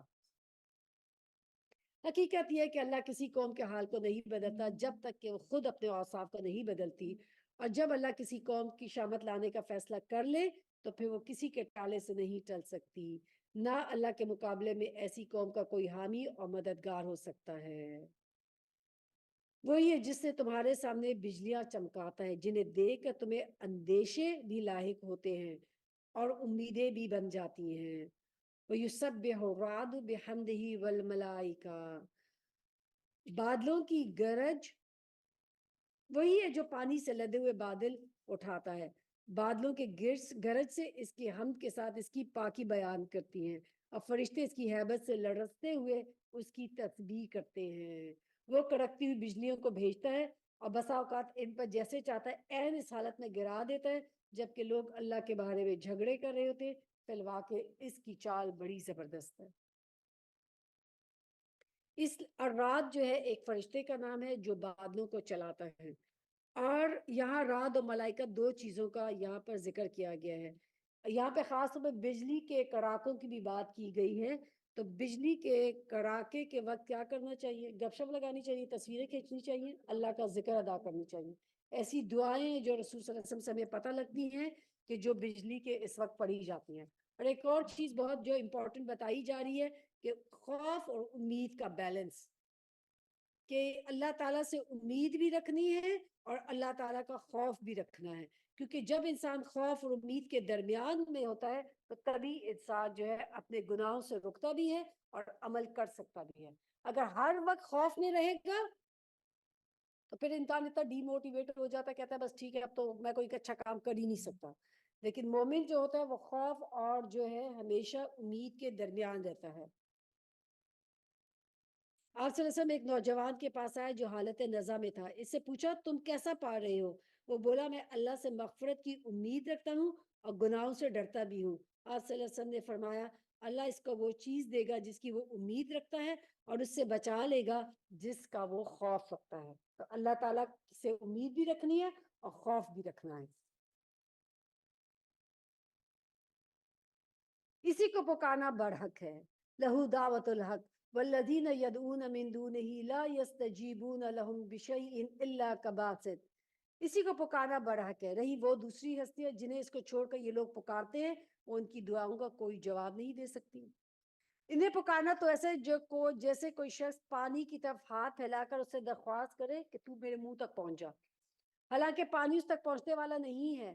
بس اسی طرح کافروں کی دعائیں بھی کچھ نہیں ہے مگر ایک تیر بے ہدف. وہ تو اللہ ہی جس کو زمین اور آسمان کی ہر چیز طعن اور کرہن سجدہ کری ہے اور سب چیزوں کے سائے صبح و شام اس کے آگے سجدہ کرتے ہیں. یعنی غیر اللہ کے سامنے ہاتھ پھیلانے کی یہاں مثال دی جا رہی ہے کہ وہ شخص جو غیر اللہ کے سامنے ہاتھ پھیلائے تو وہ بالکل ایسی طریقے سے کہ مثال سے بتایا جا رہا ہے کہ پانی کو کہے کہ آؤ تو میرے منہ تک چلی جائے, یعنی وہ کوئی بھی اس کی پیاس بجھا نہیں سکتا. تو غیر اللہ جو ہے وہ انسان کی کوئی بھی جو بھی سوالات ہیں یا جو مشکلات ہیں نہ تو وہ دور کر سکتا ہے نہ بھی جو اللہ کچھ مانگتا ہے تو وہ اس کو دے سکتا ہے. اور دوسری بات ہے کہ اللہ سبحانہ تعالیٰ کیا فرماتے ہیں کہ آسمان و زمین کی ہر چیز اللہ تعالیٰ کو سجدہ کر رہی ہے. سب چیزوں کے سائے صبح شام اس کے آگے سجدے سے جھکتے ہیں, تو جلدی سے سجدہ کریں. پھر فرمایا کل من رب السماوات والارض قل اللہ. ان سے پوچھو آسمان و زمین کا رب کون ہے؟ کہو اللہ. پھر ان سے کہو جب حقیقت یہ ہے تو کیا تم نے اسے چھوڑ کر ایسے معبودوں کو اپنا کارساز ٹھہرا لیا ہے جو خود اپنے لیے بھی کسی نفع نقصان کا اختیار نہیں رکھتے؟ کہو کیا اندھا اور آنکھوں والا برابر ہوا کرتا ہے؟ کیا روشنی اور تاریکیاں یکساں ہوتی ہیں؟ اور اگر ایسا نہیں تو کیا یہ ٹھہرائے ہوئے شریکوں نے بھی اللہ کی طرح کچھ پیدا کیا ہے کہ اس کی وجہ سے اس پر تخلیق کا معاملہ مشتبہ ہو گیا؟ کہو ہر چیز کا خالق صرف اللہ ہے, اب یکتا ہے سب پر غالب. اللہ نے آسمان سے پانی برسایا اور ہر ندی نالا اپنے ظرف کے مطابق اسے لے کر چل نکلا. اب یہاں پہ ایک تو بارش برسانے کی اب بات کی جا رہی ہے کہ جس سے اللہ تعالیٰ بارش برساتا ہے تمام ندیاں نالے بھر جاتے ہیں, وہ ہر طرح سیرابی آ جاتی ہے اور سب لوگوں کو اس سے فائدہ ہوتا ہے. ایک علماء کہتے ہیں اس جو ہے کبھی کبھار جو میٹافور یا کوئی ایسی ایگزامپلس دی جاتی ہے قرآن میں, اس کا اپنا ایک انسان بھی معنی ہے کہ اسی طریقے سے اللہ تعالیٰ آسمان سے کیا اتارتا ہے, وہی اتارتا ہے, اور اس کی وحی الہی کی وجہ سے ہر شخص اپنی اپنی وسعت کے مطابق اس سے عمل کرتا ہے, اس میں سے اچھے اعمال کرتا ہے. اور پھر جب سیلاب اٹھا تو سطح پر جھاگ بھی آ گئی, یعنی اس کے بعد جب ان لوگوں کو وحی ملتی ہے تو کچھ لوگ کس کی طرح ہوتے ہیں, جھاگ کی طرح ہوتے ہیں. جھاگ کیا ہوتی ہے, وہ بیٹھ جاتی ہے, کوئی فائدہ نہیں ہوتا اس کا. لیکن جو اصل چیز ہوتی ہے وہ کیا چیز ہوتی ہے, جو نیچے کی دھات ہوتی ہے, جو زیور ہوتے ہیں, وہ ہمیشہ وہ جو ہوتے ہیں نا, وہ کہتے ہیں چمک جاتے ہیں, وہ اپنی اصلی شکل سے اور زیادہ خوبصورت ہو جاتے ہیں. تو اس جو ابھی میں پوری مثال پڑھتی ہوں تو اللہ سبحانہ تعالیٰ کے فرماتے ہیں کہ اسی طریقے سے کچھ انسان ہوتے ہیں جب اللہ تعالیٰ کی وحی پاتے ہیں, شریعت ملتی ہے, قرآن کی آیات پڑھتے ہیں تو وہ اور نکھر جاتے ہیں, اور وہ جو ان کے اندر سے گندگی ہوتی ہے وہ الگ ہو جاتی ہے, وہ بیٹھ جاتی ہے, اور وہ سامنے ابھر آتے ہیں. تو یہی اللہ تعالیٰ مثال دیتے ہیں, اور ایسی جھاگ ان دھاتوں پر بھی اٹھتی ہے جنہیں زیور اور برتن وغیرہ بنانے کے لیے لوگ پگلائے کرتے ہیں. اسی مثال سے اللہ حق و باطل کے معاملے کو واضح کرتا ہے. جو جھاگ ہے وہ اڑ جایا کرتا ہے, اور جو چیز انسانوں کے لیے نافع ہے وہ زمین میں ٹھہر جاتی ہے. اس طرح اللہ مثالوں سے اپنی بات سمجھاتا ہے. تو اسی طرح کا تکلیفیں جب آتی ہے, مشکلات آتی ہے, وہ انسان کو کیا کرتی ہے, نکھار دیتی ہے. وہ انسان زیادہ مضبوط ہو کے وہ کہتے ہیں نا اوپر اٹھاتا ہے. وہ کہتے ہیں نا علامہ اقبال کے تندی باد مخالف سے نہ گھبرائے عقاب, یہ تو چلتی ہے تجھے اونچا اڑانے کے لیے. تو اس لیے یہ تکلیفوں سے گھبرائے نہیں, یہ ہمیں مضبوط کر دیں گی. بہتر, کیونکہ جو انسان کا مینٹل آپ کا کام تکلیفوں میں کام کرتا ہے, دماغ, وہ کمفرٹ زون میں کام نہیں کرتا. اور اس سے یہ بھی پتہ لگتا ہے کہ جس انسان کے اندر خیر ہوگی وہ خیر باہر آ جائے گی. پھر اللہ سبحانہ تعالیٰ فرماتے ہیں جن لوگوں نے اپنے رب کی دعوتیں قبول کر لی ان کے لیے بھلائی ہے, اور انہوں نے اور جس نے اسے قبول نہیں کیا وہ اگر زمین کی ساری دولت کے بھی مالک ہوں اور اتنی ہی اور فراہم کر لیں, وہ اللہ کی پکڑ سے بچنے کے لیے ان سب کو فدیے میں دے ڈالنے پر تیار ہو جائیں گے. یہ وہ لوگ ہیں جن سے بری طرح حساب لیا جائے گا, اور ان کا ٹھکانہ جہنم ہے, بہت ہی برا ٹھکانہ. ہر ایک انسان جو ہے صحیح طریقے سے اپنا اپنا محاسبہ کرے کہ کہاں کا کون سی کمی کوتاہی ہے, کہاں کا میرا عمل کمزور ہے, کہاں میں اپنے عمل کو بہتر کر سکتا ہوں. کیونکہ آج جو ہے ہمارے پاس وقت بھی ہے, سانس بھی آ رہی ہے, ٹائم بھی ہے, عمل کو بدلنے کی طاقت بھی ہے. اس دن اگر انسان کہتا ہے کہ آج میں عمل بدلنا چاہتا ہوں, then it is too late. بھلا یہ کس طرح ممکن ہے کہ وہ شخص جو تمہارے رب کی اس کتاب کو جو سے تم پر نازل کیا حق جانتا ہے, اور جو شخص جو اس حقیقت کی طرف سے اندھا ہے, دونوں یکساں ہو جائیں گے؟ ایک وہ ہے جو علم رکھتا ہے اور ایک وہ علم نہیں رکھتا, کیا دونوں برابر ہیں؟ نصیحت اور دانشمند ہی قبول کیا کرتے ہیں, اور ان کا طرز عمل یہ ہوتا ہے کہ اللہ کے ساتھ اپنے عہد کو پورا کرتے ہیں, اسے مضبوط باندھنے کے بعد توڑ نہیں ڈالتے. یعنی دانشمند لوگ کون ہوتے ہیں کہ سب سے پہلے اللہ سبحانہ تعالیٰ سے کیا ہوا وعدہ پورا کرتے ہیں, اپنے عہدوں کی پابندی کرتے ہیں. اور کیا کرتے ہیں؟ ان کی روش یہ ہوتی ہے کہ اللہ نے جن جن روابط کو برقرار رکھنے کا حکم دیا ہے انہیں برقرار رکھتے ہیں, یعنی صلہ رحمی کرتے ہیں. جو رشتوں کو جوڑنے کا حکم دیا ان رشتوں کو کاٹتے نہیں ہیں. آپ صلی اللہ علیہ وسلم نے فرمایا کہ رحم شاخ ہے, جو شخص اس سے ملے میں اس سے ملتا ہوں, اور جو اس سے قطع تعلق کرے میں اس سے قطع تعلق کرتا ہوں. پھر اسی طریقے سے ان دانشمند لوگوں کو, اولو الالباب لوگوں کی اور کیا کوالٹیز ہیں؟ اپنے رب سے ڈرتے ہیں اور اس بات کا خوف رکھتے ہیں کہ کہیں ان سے بری طرح حساب نہ لیا جائے. ہر وقت ڈرتے رہتے ہیں اپنے حساب کتاب کے بارے میں, ہمیشہ کانشیس زندگی گزارتے ہیں.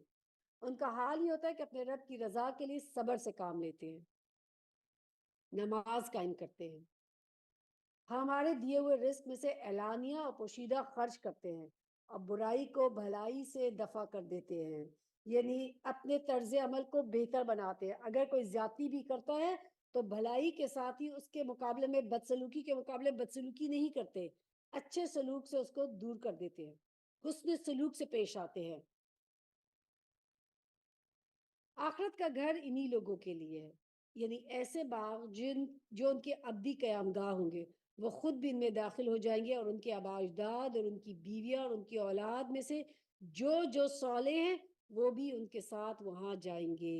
ملائکہ ہر طرف سے ان کا استقبال کے لیے آئیں گے اور ان سے کہیں گے تم پر سلامتی ہے، تم نے دنیا میں جس طرح صبر سے کام لیا اس کی بدولت آج تم اس کے مستحق ہو۔ ساری باتوں کا اینڈ کیا تھا؟ کیوں؟ تمہارے صبر کی وجہ سے آج تمہیں یہ اتنا بڑا انعام دیا جا رہا ہے، اور تمہارے صبر کی وجہ سے خالی تمہیں تمہارے جو ہے ساتھ اس کے تمہاری بیویاں اور اولاد اور والدین بھی نہیں، آباء اجداد سب کو، تمہارے صالح عمل کرنے والوں کو تمہارے ساتھ ہوں گے وہ، کیونکہ انسان چاہتا ہے کہ ہر جگہ اپنے گھر والوں کے ساتھ ہو۔ آپ کسی بھی اچھی جگہ چاہے، آپ کا دل ہوتا ہے ہائے میرے بچے بھی ساتھ ہوتے، کتنا انجوائے کرتے ہیں، کوئی اچھا فروٹ کھائے آپ کو بچے یاد آتے ہیں، کوئی اچھا کھانا کھائے بچے یاد آتے ہیں، کسی ایسی جگہ چلے جائے آپ کو بچے یاد آتے ہیں۔ تو وہاں پہ بھی جنت میں بھی ہم سب چاہیں گے کہ ہمارے بچے ہمارے ساتھ ہو، ہمارے والدین ہمارے ساتھ ہو، ہمارے بہن بھائی ہمارے ساتھ ہو، ہمارا شوہر ہمارے ساتھ ہو، جو انسان جن سے محبت کرتا ہے چاہے گا کہ وہ ہمارے ساتھ ہو۔ تو جنت میں بھی صالح خاندان آپس میں ایک دوسرے کے ساتھ ہوں گے۔ اللہ تعالیٰ فرماتے ہیں پس کیا ہی خوب ہے یہ آخرت کا گھر، رہے وہ لوگ جو اللہ کے عہد کو مضبوط کر لینے کے بعد توڑتے ہیں، جو ان روابط کو کاٹتے ہیں جنہیں اللہ نے جوڑنے کا حکم دیا، اور جو زمین میں فساد پھیلاتے ہیں، وہ لعنت کے مستحق ہیں اور ان کے لیے آخرت میں بہت برا ٹھکانہ ہے۔ اللہ یبسط الرزق لمن یشاء، اللہ جس کو چاہتا ہے رزق کی فراخی بخشتا ہے، اور جسے وہ چاہتا ہے نپا تلا دیتا ہے۔ فرمایا یہ لوگ دنیا کی زندگی میں مگن ہیں، حالانکہ دنیا کی زندگی آخرت کے مقابلے میں ایک متاع قلیل کے سوا کچھ نہیں، تھوڑی دیر کا فائدہ ہے، تھوڑی دیر کا، تھوڑی دیر کی خوشیاں، تھوڑی دیر کی صحت۔ وَيَقُولُ الَّذِينَ كَفَرُوا لَوْلَا أُنزِلَ عَلَيْهِ آيَةٌ مِّن رَّبِّهِ قُلْ إِنَّ اللَّهَ يُضِلُّ مَن يَشَاءُ وَيَهْدِي إِلَيْهِ مَنْ أَنَابَ۔ جن لوگوں نے رسول صلی اللہ علیہ وسلم کو ماننے سے انکار کر دیا کہتے ہیں اس شخص پر اس کے رب کی طرف سے کوئی نشانی کیوں نہ اتری؟ کہو اللہ جسے چاہتا ہے گمراہ کر دیتا ہے، اور وہ اپنی طرف آنے کا راستہ اسی کو دکھاتا ہے جو اس کی طرف رجوع کرے، یعنی جو اللہ تعالیٰ کی طرف خود رجوع نہیں کرتا اور اس سے روح گردانی اختیار کرتا ہے تو اللہ تعالیٰ زبردستی اس کو ہدایت نہیں دیتا، زبردستی اپنے راستے کی طرف اللہ تعالیٰ اس کو نہیں موڑتا۔ جو اللہ تعالیٰ کی طرف رجوع کرنا چاہے گا اللہ تعالیٰ اس کو راستہ دکھائے گا، جو جتنی علم حاصل کرنا چاہے گا اس کو ضرور اتنا علم ملے گا، لیکن جو راستوں میں بھٹکنے کی جو ہے وہ پسند کرتے ہیں تو اللہ تعالیٰ ان کو بھٹکنے کے لیے بھی چھوڑ دیتا ہے۔ ایسی لوگ ہیں وہ جنہوں نے اس نبی کی دعوت کو مان لیا اور ان کے دلوں کو اللہ کی یاد سے اطمینان نصیب ہوتا ہے۔ خبردار رہو اللہ کی یاد ہی وہ چیز ہے جس سے دلوں کو اطمینان ہوا کرتا ہے۔ پھر جن لوگوں نے دعوت حق کو ماننے اور نیک عمل کیے وہ خوش نصیب ہے اور ان کے لیے اچھا انجام ہے، یعنی ان کے لیے کیا ہے؟ خوشخبری ہے۔ الذین آمنوا وعملوا الصالحات طوبی لہم وحسن مآب، جو لوگ ایمان لائے اور نیک عمل کرے تو ان کے لیے کیا ہے؟ توبہ۔ توبہ کیا ہے؟ خوشخبری۔ ایک اس کا معنی ہے خوشخبری، دوسرا کیا معنی ہے؟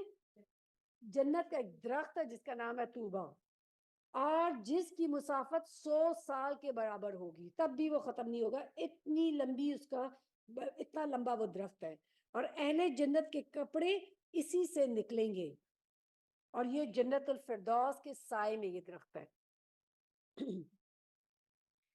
پھر فرمایا کذالک ارسلناک فی امت قد خلت من قبلها لتتلو علیہم الذی اوحینا الیک وهم یکفرون بالرحمن قل هو ربی لا الہ الا ہو۔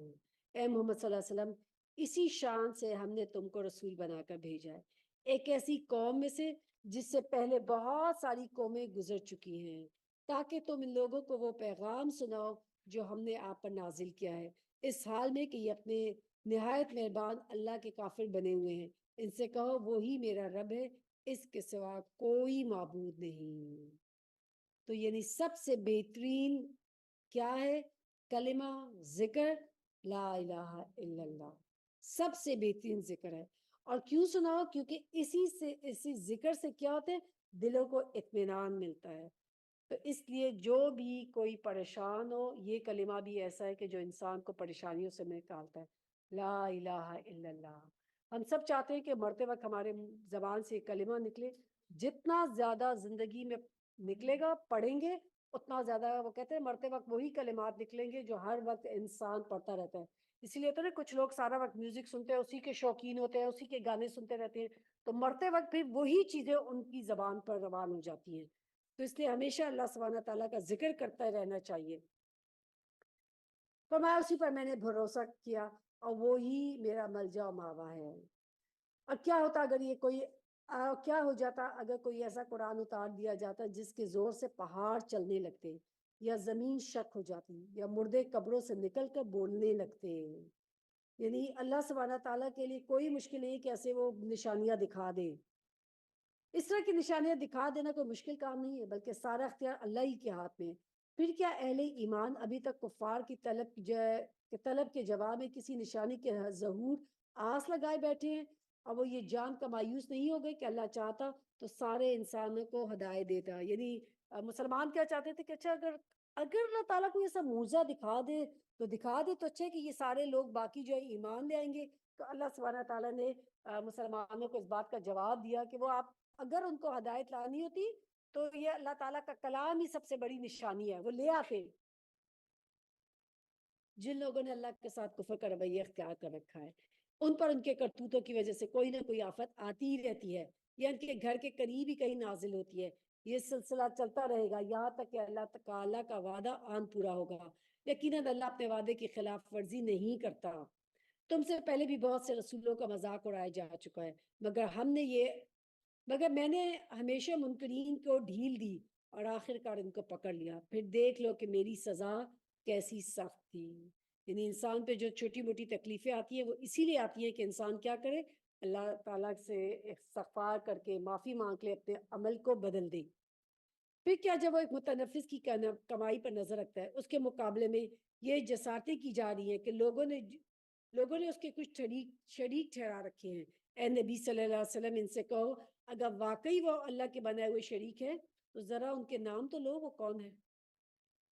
کیا تم اللہ کو ایک نئی بات کی خبر دے رہے ہو جسے وہ اپنی زمین میں نہیں جانتا، یا تم لوگ بس وہی جو منہ میں آتا ہے کہہ ڈالتے ہو؟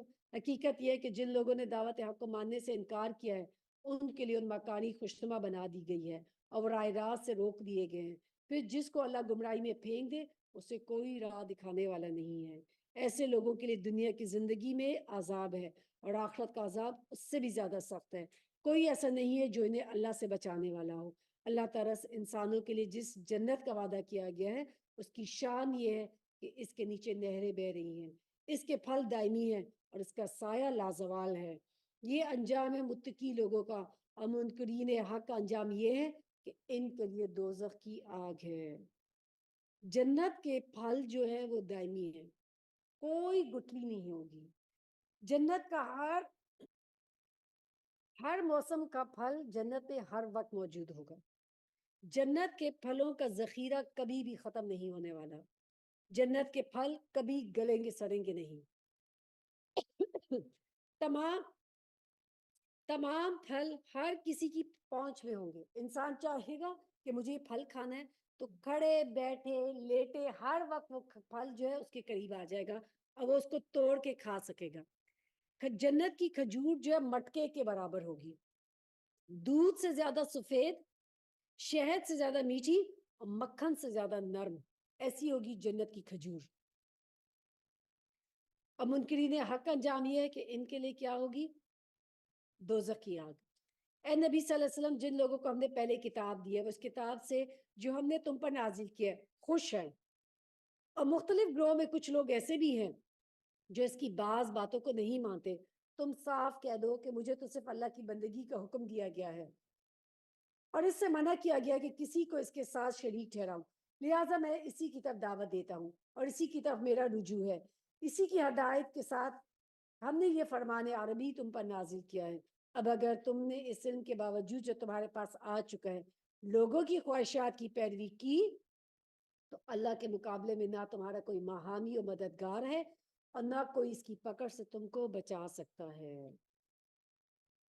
تم سے پہلے بھی بہت سے رسول بھیج چکا ہوں، تم سے پہلے بھی ہم بہت سے رسول بھیج چکے ہیں اور ان کو ہم نے بیوی بچوں والا ہی بنایا تھا، اور کسی رسول میں یہ طاقت نہیں تھی کہ اللہ کے اذن کے بغیر کوئی نشانی خود دکھاتا۔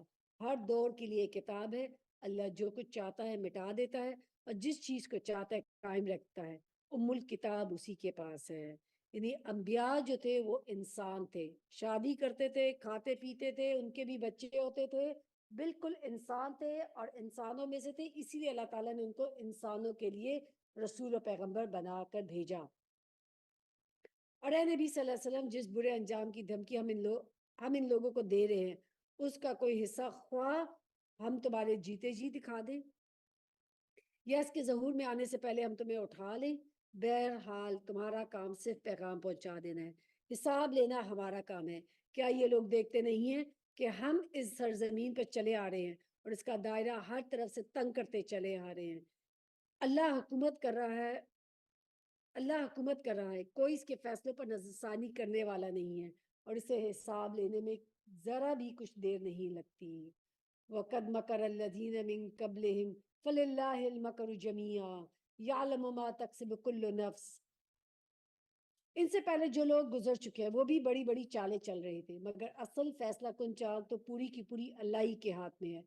وہ جانتا ہے کہ کون کیا کچھ کمائی کر رہا ہے، اور عنقریب یہ منکرین حق دیکھ لیں گے انجام کس کا بخیر ہوتا ہے۔ یہ منکرین کہتے ہیں کہ تم اللہ کے بھیجے ہوئے نہیں ہو، قوم میرے اور تمہارے درمیان اللہ کی گواہی کافی ہے۔ پھر ہر اس شخص کی گواہی جو کتاب آسمانی کا علم رکھتا ہے، یعنی سب سے پہلے علم کس کا ہے؟ اللہ کا، اور اس کے بعد اللہ کے رسول ہی ہے جس کے پاس بہترین علم ہے۔ سورۃ ابراہیم۔ بسم الله الرحمن الرحيم. ألف لام را. كتاب أنزلناه إليك لتخرج الناس من الظلمات إلى النور بإذن ربهم إلى صراط العزيز الحميد. الله الذي له ما في السماوات وما في الأرض وويل للكافرين من عذاب شديد. الذين يستحبون الحياة الدنيا على الآخرة ويصدون عن سبيل الله ويبغونها عوجا. أولئك في ضلال بعيد. بسم اللہ الرحمن الرحیم۔ الف لام را، کتاب انزلناہ الیک لتخرج الناس من الظلمات الى النور باذن ربهم الى صراط العزیز الحمید۔ الف لام را، اے محمد صلی اللہ علیہ وسلم، یہ کتاب ہے جس کو ہم نے آپ کی طرف نازل کیا ہے تاکہ آپ لوگوں کو تاریکیوں سے نکال کر روشنی میں لے آئیں، ان کے رب کی توفیق سے جو اللہ کے راستے پر جو زبردست اور اپنی ذات میں آپ محمود ہے اور زمین اور آسمانوں کی ساری موجودات کا مالک ہے۔ یعنی یہ وہ کتاب ہے، رسول صلی اللہ علیہ وسلم کو کہا جا رہا ہے کہ جو انسان کو جو ہے تاریکیوں سے نکال کر نور کی طرف لے کر آتی ہے۔ جب ظلمات کی بات کی جاتی ہے تاریکیوں کی تو بہت ساری تاریکیاں ہوتی ہیں، جو ہے کفر کی تاریکیاں ہیں، جہالت کی تاریکیاں ہیں، غموں کے اندھیرے ہیں، غموں کی تاریکیاں ہیں، مایوسیوں کے اندھیرے ہوتے ہیں، لیکن نور کیا ہے؟ صرف ایک۔ جب نور کی بات کی جاتی ہے تو سنگولر ٹرم لی جاتی ہے، تو چاہے کہ انسان کو دنیا کی کتنی بھی اس کے پاس علم ہو، نور ایک ہی ہے، اور کیا ہے؟ وہ یہ کتاب۔ اور جو انسان کو جہالت کے اندھیروں سے نکال کر انسان کو اصل کی طرف جوڑ دیتی ہے، اور وہ کیا ہے کہ اللہ کا بتایا ہوا راستہ۔ اور یہ بھی اللہ تعالیٰ کی توفیق سے ہے کہ اللہ تعالیٰ جس کو چاہے ہدایت دے، اور اللہ تعالیٰ نہیں ہدایت دیتا ان لوگوں کو کہ جو ضدی، ہٹ دھرم ہوتے ہیں، تعصب کے والے ہوتے ہیں، اور جو اپنے رویے کو یا اپنے عمل کو بدلنا نہیں چاہتے۔ لیکن جو تعصب سے پاک ہو کر اللہ سبحانہ تعالیٰ کے حکم کی پیروی کرنا چاہتا ہے اور کھلے دل کے ساتھ یہ قرآن پڑھتا ہے، تو اس کے اندر ضرور چینج آتا ہے، وہ ضرور اللہ تعالیٰ کے راستے پر عمل کرتا ہے، اس کو اللہ تعالیٰ ضرور توفیق دیتا ہے۔ اور سخت تباہ کن سزا ہے اس کا قبول حق سے انکار کرنے والوں کے لیے جو دنیا کی زندگی کو آخرت پر ترجیح دیتے ہیں۔ یعنی ساری ان کی فکریں کیا ہیں؟ دنیا کی فکریں ہیں، آخرت کی کوئی پرواہ نہیں۔ دنیا کے فائدے، لذتیں، آسانیوں کی خاطر وہ کیا کرتے ہیں؟ آخرت کا نقصان مول لے لیتے ہیں۔ آخرت کی کامیابیاں، خوشحالیوں کے لیے دنیا کا کوئی نقصان، کوئی تکلیف، کوئی خطرہ جو ہے وہ برداشت کرنے کے لیے تیار نہیں ہوتے۔ ہاں ٹھیک ہے، اللہ تعالیٰ دینا چاہے غفور الرحیم ہے، دے دے تو ٹھیک ہے، لیکن دنیا چھوڑنے کے لیے کوئی قربانی دینے کے لیے تیار نہیں ہے۔ جو اللہ کے راستے سے لوگوں کو روک رہے ہیں اور چاہتے ہیں کہ یہ راستہ ان کی خواہشات کے مطابق ٹیڑھا ہو جائے، یہ لوگ گمراہی میں بہت دور نکل چکے ہیں۔ ہم نے اپنا پیغام دینے کے لیے جب کبھی کوئی رسول بھیجا ہے، اسے اپنی قوم ہی کی زبان میں پیغام دیا ہے تاکہ وہ انہیں اچھی طرح کھول کر بات سمجھائے۔ پھر اللہ جسے چاہتا ہے بھٹکا دیتا ہے اور جسے چاہتا ہے ہدایت بخشتا ہے، وہ بالادست اور حکیم ہے۔ ہم اس سے پہلے موسیٰ کو اپنی نشانیوں کے ساتھ بھیج چکے ہیں۔ اسے بھی ہم نے حکم دیا تھا اپنی قوم کو تاریکیوں سے نکال کر روشنی میں لا، اور انہیں تاریخ الہی کے سبق آموز واقعات سنا کر نصیحت کر۔ یعنی یہ جو تاریخ سارے واقعات سنائے جا رہے ہیں، اس سے کیا کرو؟ اس سے سبق حاصل کر کو ان کو نصیحت کرو۔ ان واقعات میں بڑی بڑی نشانیاں اس شخص کے لیے جو صبر اور شکر کرنے والا ہے۔ یعنی جو بھی یہ سارے قصے سنتا ہے اس کے لیے نشانیاں ہیں، جو صبر کرتا ہے اور شکر کرتا ہے۔ یعنی شکر کرنے والے کو اللہ تعالیٰ پھر کیا کرتے ہیں؟ مزید دیتے ہیں۔ یاد کرو جب موسیٰ علیہ السلام نے اپنی قوم سے کہا، اللہ کے اس احسان کو یاد کرو کہ جب اس نے تم پر کیا ہے، اس سے تم کو فرعون والوں سے چھڑایا جو تم کو سخت تکلیفیں دیتے تھے، تمہارے لڑکوں کو قتل کر ڈالتے تھے اور تمہاری عورتوں کو زندہ بچا رکھتے تھے۔ اس میں تمہارے رب کی طرف سے تمہارے لیے بڑی آزمائش تھی۔ وَإِذْ تَأَذَّنَ رَبُّكُمْ لَئِن شَكَرْتُمْ لَأَزِيدَنَّكُمْ وَلَئِن كَفَرْتُمْ إِنَّ عَذَابِي لَشَدِيدٌ۔ اور یاد رکھو تمہارے رب نے خبردار کر دیا کہ اگر شکر گزار بنو گے تو میں تم کو اور مزید دوں گا، اور اگر کفران نعمت کرو گے تو میری سزا بہت سخت ہے۔ شکر کرتے کہا جاتا ہے کہ شکر کیا ہے کہ اللہ سبحانہ تعالیٰ کی نعمت کو پا کر انسان کے اندر عاجزی آئے، انکساری آئے، اور اللہ سبحانہ تعالیٰ کے ساتھ اس محبت کو اعتراف کرتے ہوئے اللہ تعالیٰ کے راستے میں اس نعمت کو لگانا۔ ابن قیم فرماتے کہ جو نعمت کو نہیں پہچانتا کہ یہ نعمت ہے وہ جاہل ہے، اس لیے وہ شکر ادا نہیں کر سکتا۔ تو سب سے بڑی نعمت کیا ہے؟ قرآن۔ قرآن ہر اس چیز سے بہتر ہے جو لوگوں کو دی گئی ہے۔ تو بندہ مومن جو ہوتا ہے وہ اس نعمت پر اللہ سبحانہ تعالیٰ کا شکر ادا کرتا ہے۔ جب آپ اس نعمت کا شکر ادا کریں گے تو اللہ تعالیٰ اس نعمت کو استعمال کرنے کی، اس پر عمل کرنے کی توفیق بھی عطا کریں گے۔ نعمت دینے والے کو جب انسان پہچانتا ہے تبھی اس نعمت کو اس کے راستے میں لگاتا ہے۔ ہم نعمت کو تو پہچانتے ہیں، منعم کو نہیں پہچانتے کہ وہ جو نعمت دے رہا ہے۔ تو اگر منعم کو نہیں پہچانتا انسان تو اس نعمت کا صحیح طریقے سے حق ادا نہیں کر سکتا۔ کیونکہ جو بھی انسان، اگر آپ کو کوئی دنیا میں بھی آپ دیکھ لیں کوئی چیز آپ کو دیتا ہے، اب آپ جب اس کو پہچانتے تو اس سے کیا ہوتا ہے؟ آپ کو اس کے درمیان ایک تعلق بلٹ اپ ہوتا ہے، ایک محبت بلٹ اپ ہوتی ہے۔ لیکن جب انسان اپنے رب کو نہیں جانتا اور بس نعمتوں کو استعمال کرتا رہتا ہے تو وہ پھر رب کا شکر بھی ادا ویسے نہیں کر سکتا جیسے کہ اس کا شکر ادا کرنا چاہیے۔ اور موسیٰ علیہ السلام نے کہا اگر تم کفر کرو زمین کے سارے رہنے والے بھی کافر ہو جائیں، اللہ اکبر، تو اللہ بے نیاز اپنی ذات میں آپ میں ہوں۔ بس سوچے، سارے لوگ بھی اگر کفر کرنے لگے جو کوئی بھی زمین میں ہے، اللہ کو کوئی پرواہ نہیں، اللہ بے نیاز ہے۔ انسان کو اللہ تعالیٰ کی ضرورت انسان کو اللہ کی ضرورت ہے، اللہ کو انسان کی ضرورت نہیں ہے۔ تو اسی لیے اللہ سبحانہ تعالیٰ کیا فرماتے ہیں کہ اللہ کا شکر ادا کرو، کیونکہ اللہ تعالیٰ بے نیاز ہے، اپنی ذات میں آپ محمود ہے۔ کیا تمہیں ان قوموں کی حالت نہیں پہنچی جو تم سے پہلے گزر چکی ہیں؟ قوم نوح، عاد، سمود اور ان کے بعد آنے والی بہت ساری قومیں جن کا شمار اللہ ہی کو معلوم ہے، ان کے رسول جب ان کے پاس صاف صاف باتیں اور کھلی کھلی نشانیاں لیے ہوئے آئے تو انہوں نے اپنے منہ ہاتھ میں دبا لیے اور کہا کہ جس پیغام کے ساتھ تم بھیجے گئے ہو ہم اس کو نہیں مانتے، اور جس چیز کی تم دعوت دیتے ہو اس کی طرف سے ہم سخت خلجان آمیز شک میں پڑے ہوئے ہیں۔ ان کے رسولوں نے کہا کیا اللہ کے بارے میں شک ہے جو آسمان و زمین کا خالق ہے؟ وہ تمہیں بلا رہا ہے تاکہ تمہارے قصور معاف کرے اور تم کو ایک مدت مقرر تک مہلت دے۔ آپ دیکھیں کہ پہلے ہی انہوں نے کیا کر دیا، پہلے درجے پہ انکار کر دیا۔ اگر انسان اس وقت انکار نہ کرے، سوچے سمجھے غور و فکر کرے تو اللہ سبحانہ تعالیٰ ہدایت دینے والا ہے، ہدایت دے دیتا ہے۔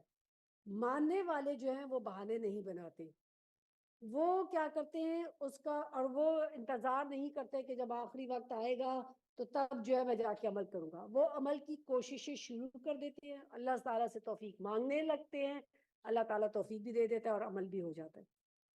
آپ میں سے جو لوگ جو ہے جیسے حفظ کر رہے ہوتے کوئی بھی، تو کیا وہ پہلے دن سے ان کو سب کچھ یاد تھا؟ نہیں، لگتا تھا پاسبل ہی نہیں ہے، لیکن جب کرنے لگے تو اللہ تعالیٰ نے توفیق بھی دے دی اور اللہ تعالیٰ کروا بھی دیتا ہے۔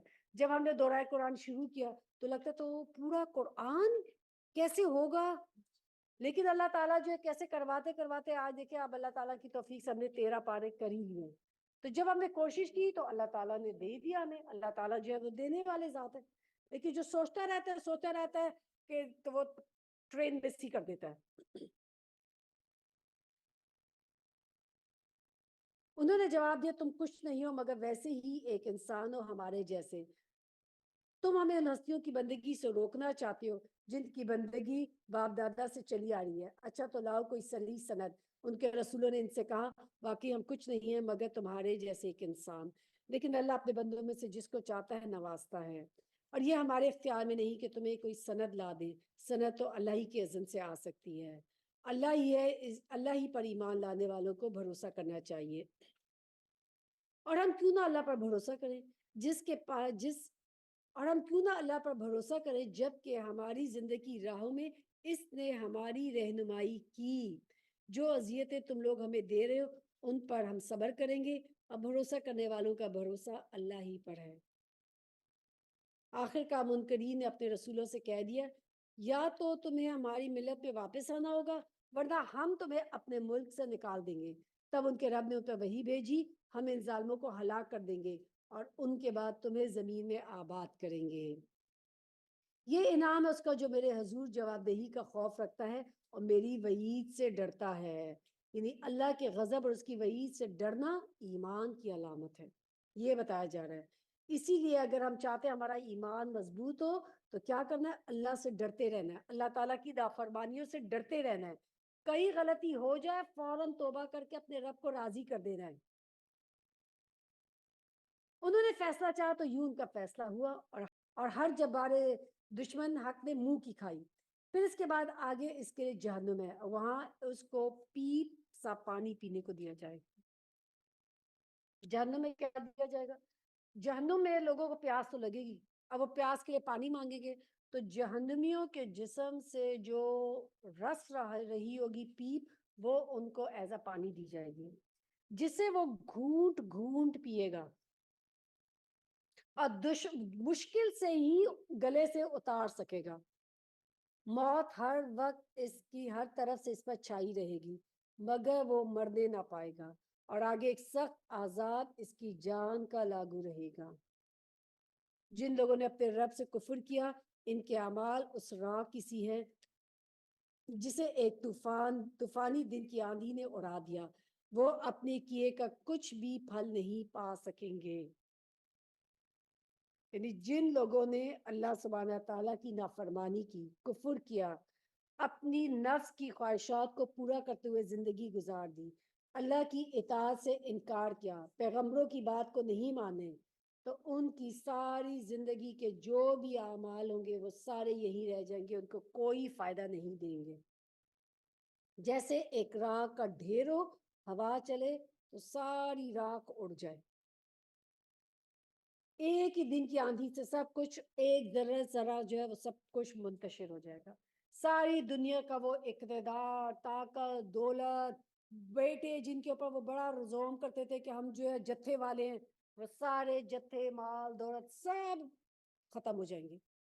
جن پہ دنیا میں رہتے ہوئے وہ فخر کرتے تھے وہ سب اس دن ختم ہو جائے گا۔ یہی پرلے درجے کی گم گشتگی ہے۔ کیا تم دیکھتے نہیں ہو اللہ نے زمین اور آسمان کی تخلیق کو حق پر قائم کیا ہے، وہ چاہے تو تم لوگوں کو لے جائے اور ایک نئی خلقت تمہاری جگہ لے آئے، ایسا کرنا اس کے لیے کوئی دشوار نہیں ہے۔ اور جب یہ لوگ جب اکٹھے اللہ کے سامنے بے نقاب ہوں گے، اس وقت ان میں سے جو دنیا میں کمزور تھے وہ ان لوگوں سے جو بڑے بنے ہوئے تھے کہیں گے دنیا میں ہم تمہارے تابع تھے، اب کیا تم اللہ کے عذاب سے ہمیں بچا سکتے ہو؟ وہ جواب دیں گے اگر اللہ نے ہمیں نجات کی کوئی راہ دکھائی ہوتی تو ہم ضرور تمہیں بھی دکھا دیتے، اب تو یکساں ہے، خواہ ہم جزا فضا کریں یا صبر، بہرحال ہمارے بچنے کی کوئی صورت نہیں۔ اور جب فیصلہ چکا دیا جائے گا تو شیطان کہے گا حقیقت یہ ہے کہ اللہ نے جو وعدے تم سے کیے تھے وہ سب سچے تھے، اور میں نے جو وعدے کیے تھے ان میں سے کوئی پورا نہیں کیا۔ یعنی جہنم میں یہ شیطان کہے گا، یہ اس کا بیان ہوگا۔ اس وقت وہ کہے گا کہ میں نے جو وعدے کیے تھے سب جھوٹے تھے، میرا تم پر کوئی زور نہیں تھا، میں نے اس کے سوا کچھ نہیں کیا کہ اپنے راستے کی طرف تمہیں دعوت دی اور تم نے دعوت پر لبیک کیا۔ اب مجھے ملامت نہ کرو، اپنے آپ ہی کو ملامت کرو، یا نہ میں تمہاری فریاد رسی کر سکتا ہوں اور نہ تم میری، اس سے پہلے تم نے مجھے خدائی میں شریک بنایا تھا، میں اس سے بری الذمہ ہوں، ایسے ظالموں کے لیے تو دردناک سزا یقینی ہے۔ یعنی اس سے پتہ لگتا ہے کہ شیطان ہم سے گناہ نہیں کروا سکتا۔ وہ کہتا ہے میں نے تمہیں راستہ دکھایا تھا صرف، اور تم خود میرے پیچھے چل پڑے، وہ یہاں پہ یہ کہہ رہا ہے، اللہ تعالیٰ یہ فرما رہے ہیں شیطان ہم سے گناہ نہیں کروا سکتا، وہ تو ہماری اپنی نفس ہوتا ہے کہ جو ہمیں دکھایا جاتا ہے اور ہم فوراً اس کو لپک کر اس کے پیچھے چل پڑتے ہیں، چوا کے پیچھے چل پڑتے ہیں۔ تو اس لیے شیطان سے اگر کہ وہ راستہ ہمارے اپنی کمزوریاں ہوتی ہیں، ہر چیز پہ ہم شیطان کو نہیں بلیم کریں گے کہ شیطان نے مجھے بھٹکا دیا، دو کہ شیطان بھٹکاتا ہے لیکن گناہ کروا نہیں سکتا، بالکل۔ اس لیے ہمیشہ اپنے نفس کو کنٹرول کرنا ہمارے اپنی چوائس ہے۔ بخلاف اس کے جو لوگ دنیا میں ایمان لائے، جنہوں نے نیک عمل کیے، وہ ایسے باغوں میں داخل کیے جائیں گے جن کے نیچے نہریں بہتی ہوں گی، اور وہاں وہ اپنے رب کے اذن سے ہمیشہ رہیں گے، تحیتہم فیہا سلام، اور وہاں ان کا استقبال سلامتی کے ساتھ، سلام کے ساتھ ہوگا۔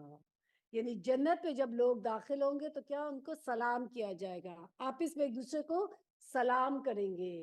تو آج بھی جب آپ اپنے کسی بھی دوستوں سے کسی سے ملے تو کیا کریں، سلام کریں، جو آج ہمارے بچے بھول گئے ہیں، hello, hi, how are you, پتہ نہیں کیا کیا چیزیں ہو گئی ہیں، لیکن اصل چیز کیا ہے کہ سلام کو رائج کرے، کیونکہ اللہ سبحانہ تعالیٰ جنیتوں کو سلام کرے گا، فرشتے سلام کریں گے، مومن بندے سلام کریں گے، سلام ہی سلام ہوگا، اور سلام کیا ہے، سلامتی لے کر آتا ہے۔ تو اگر کسی سے آپ کی ناراضگی ہے، سلام کریں، سلام کے ساتھ رشتے جو ٹوٹے ہوئے نا وہ دوبارہ سے جڑ جائیں گے، اور تکبر سے خالی جو ہوتا ہے نا وہی سلام کرتا ہے۔ بخلاف اس کے جو لوگ دنیا میں ایمان لائے، جنہوں نے نیک عمل کیے، وہ ایسے باغوں میں داخل کیے جائیں گے جن کے نیچے نہریں بہتی ہوں گی، وہاں وہ اپنے رب کے اذن سے ہمیشہ رہیں گے، وہاں ان کا استقبال سلامتی کی مبارکباد سے ہوگا۔ کیا تم دیکھتے نہیں ہو کہ اللہ نے کلمہ طیبہ کو کس چیز سے مثال دی؟ اس کی مثال ایسی ہے جیسے ایک اچھی چیز کا درخت ہو جس کی جڑ زمین میں گہری جمی ہو اور شاخیں آسمان تک پہنچی ہیں، ہر آن وہ اپنے رب کے حکم سے پھل دے رہا ہے۔ یہ مثال اللہ اس لیے دیتا ہے کہ اللہ کے لوگ اس سے سبق لیں۔ یہ کون سا درخت ہے؟ شجرۃ طیبہ، ٹھیک ہے، کھجور کا درخت کہا جاتا ہے کہ یہ کھجور کے درخت سے مثال دی گئی ہے۔ شجر طیبہ وہ درخت ہے جس کی جڑیں مضبوط ہوتی ہیں اور اس کی سیدھا کھڑا رہتا ہے، بلند شاخیں ہوتی ہیں. ایمان یعنی یہ وہ اس انسان سے، یعنی اللہ تعالیٰ مثال سے بات سمجھا رہے ہیں کہ جو مومن ہوتا ہے اس کی مثال ایک ایسے درخت کی سی ہے کہ جس کی جڑیں مضبوط ہوتی ہیں اور بالکل فاؤنڈیشن اس کی اسٹرانگ ہوتی ہے اور بالکل کھڑا ہوتا ہے، ہمیشہ تمام حالات میں کھڑا رہتا ہے، آندیاں طوفان اس کو گرا نہیں دیتی. اور کیا کرتے ہیں کہ پھلدار ہوتا ہے، اس کی ہر چیز جو ہے فائدہ دیتی ہے، وہ لوگوں کے لیے خیر کا باعث ہوتا ہے.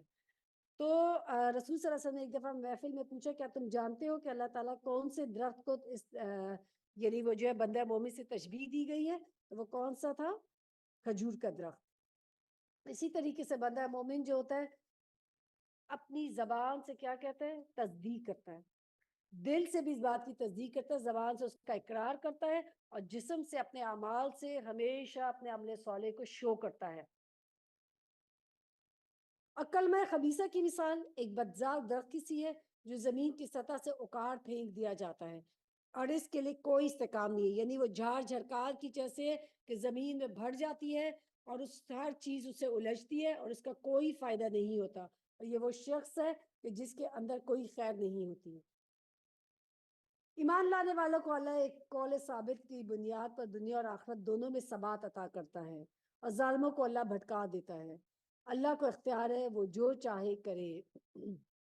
تم نے دیکھا ان لوگوں کو جنہوں نے اللہ کی نعمت پائی اور اس کو فران نعمت سے بدل ڈالا اور اپنے ساتھ اپنی قوم کو بھی ہلاکت کے گھر میں جھونک دیا، یعنی جہنم، جس میں وہ جھلسے جائیں گے اور وہ بدترین جائے قرار ہے. اللہ کے کچھ ہمسر تجویز کر لیے تاکہ وہ انہیں اللہ کے راستے سے بھٹکا دے. ان سے کہو اچھا مزے کر لو، آخر کا تمہیں پلٹ کر جانا دوزخ میں ہی ہے. اے نبی صلی اللہ علیہ وسلم، میرے جو بندے ایمان لائے ہیں ان سے کہہ دو نماز قائم کرو اور جو کچھ ہم نے تمہیں دیا ہے ان میں سے کھلے اور چھپے رائے خیر میں خرچ کریں، قبل اس کے کہ وہ دن آ جائے جس میں نہ خرید و فروخت ہوگی اور نہ کوئی دوستی کام آئے گی. اللہ وہی ہے جس نے آسمان و زمین کو پیدا کیا اور آسمان سے پانی برسایا، پھر اس کے ذریعے سے تمہاری رزق رسانی کے لیے طرح طرح کے پھل پیدا کیے، جس نے کشتی کو تمہارے لیے مسخر کیا اور سمندر میں اس کے حکم سے چلی جا رہی ہے، اور دریاؤں کو تمہارے لیے مسخر کیا، جس سے سورج اور چاند کو تمہارے لیے مسخر کیا جو لگاتار چلے جا رہے ہیں، اور رات اور دن کو تمہارے لیے مسخر کیا، جس نے وہ کچھ تمہیں دیا جو تم نے مانگا. اگر تم اللہ تعالیٰ کی نعمتوں کو شمار کرنا چاہو تو شمار نہیں کر سکتے. حقیقت یہ ہے کہ انسان بڑا ہی بے انصاف اور ناشکر، یعنی جتنی بھی نعمتوں کا اللہ تعالیٰ نے ذکر کیا ہے نان سٹاپ انسان کو جو ہے وہ کسی نہ کسی طریقے سے فائدہ دے رہی ہے. آسمان، زمین، چاند، سورج ہر روز نکلتے ہیں، ایک اپنے پل سیکنڈ کے لیے بھی کبھی اپنے کام سے سستی نہیں کرتے. اور کس کے لیے فائدہ دے رہے؟ انسان کو. لیکن انسان کتنا بے انصاف ہے، ناشکر ہے کہ اللہ تعالیٰ کی نعمتوں کا شکر ادا نہیں کرتا. یاد کرو وہ وقت قال ابراہیم اور رب اجعل ھذا البلد آمنا، یاد کرو وہ وقت جب ابراہیم علیہ السلام نے دعا کی اے میرے رب اس شہر کو امن کا شہر بنا دے، یعنی مکہ، اور مجھے اور میری اولاد کو بت پرستی سے بچا. پروردگار ان بتوں نے بہتوں کو گمراہی میں ڈال دیا. ابراہیم علیہ السلام بتوں سے بچنے کی دعا کرے جبکہ خود انہوں نے بتوں کی شرک کی نفی کی ہے اور بتوں کو توڑا ہے. اس سے کیا پتہ لگتا ہے؟ ہر وقت ڈرتے رہنا چاہیے.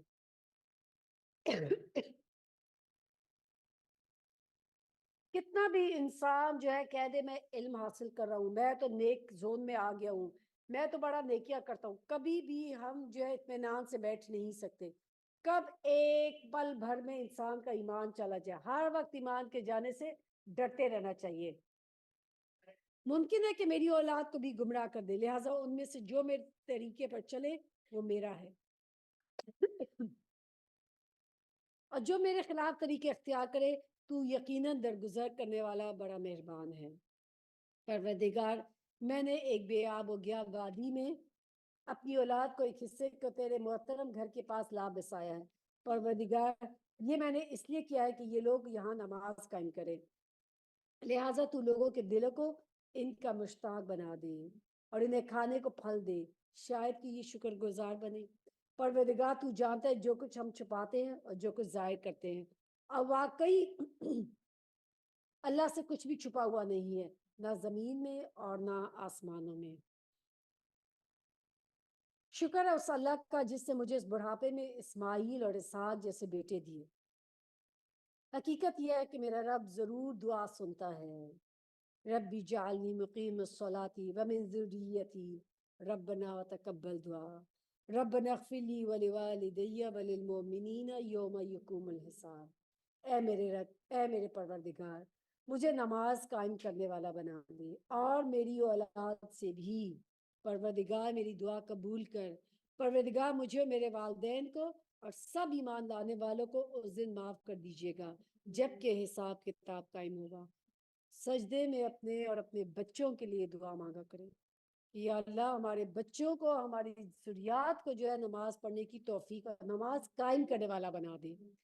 اب یہ ظالم لوگ جو کچھ کریں اللہ کو اس سے غافل نہ سمجھو۔ اللہ تو انہیں ٹال رہا ہے اس دن کے لیے جب حال یہ ہوگا کہ آنکھیں پھٹی کی پھٹی رہ جائیں گی، یعنی جو ظلم کرتا ہے اس کو سزا پا کر رہے گا۔ سر اٹھائے بھاگے چلے جا رہے ہوں گے، نظریں اوپر جمی ہوں گی اور دل اڑے جا رہے ہوں۔ یہ کون ہے جو لوگوں کے حق میں کمی کرتے تھے، جو اللہ کے حق میں کمی کرتے تھے، وہ ظالم۔ اس دن ان کا یہ حال ہوگا کہ تم دیکھو گے کہ ان کی آنکھیں پھٹی کی پھٹی رہ جائیں گی۔ اے محمد صلی اللہ علیہ وسلم، اس دن سے تم انہیں ڈراؤ جبکہ عذاب انہیں آ لے گا۔ اس وقت ظالم یہ کہیں گے، اے ہمارے رب ہمیں تھوڑی سی مہلت دے دے، ہم تیری دعوت کو لبیک کہیں اور رسولوں کی پیروی کریں۔ مگر انہیں صاف صاف جواب دے دیا جائے گا، کیا تم وہی لوگ نہیں ہو جو اس سے پہلے قسمیں کھا کھا کر کہتے تھے کہ ہم پر تو کبھی زوال آنا ہی نہیں ہے؟ حالانکہ تم ان قوموں کی بستیوں میں رہ بس چکے تھے جنہوں نے اپنے اوپر خود ظلم کیا تھا، اور دیکھ چکے تھے کہ ہم نے ان کے ساتھ کیا سلوک کیا، اور ان کی مثالیں دے دے کر ہم تمہیں سمجھا بھی رہے تھے۔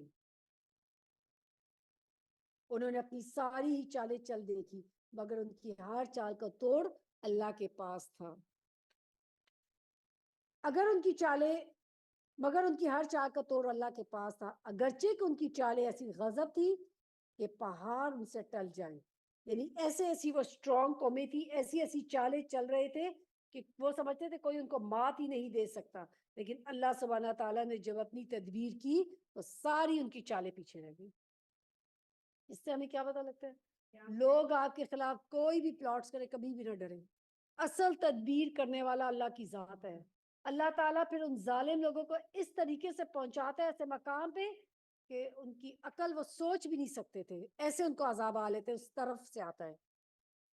پس نبی صلی اللہ علیہ وسلم تم ہرگز یہ گمان نہ کرو اللہ کبھی اپنے رسولوں سے کیے ہوئے وعدوں کے خلاف کرے گا، یعنی اللہ تعالیٰ کی مدد اپنے لوگوں رسولوں کی طرف ضرور آتی ہے۔ اللہ زبردست ہے اور انتقام لینے والا ہے۔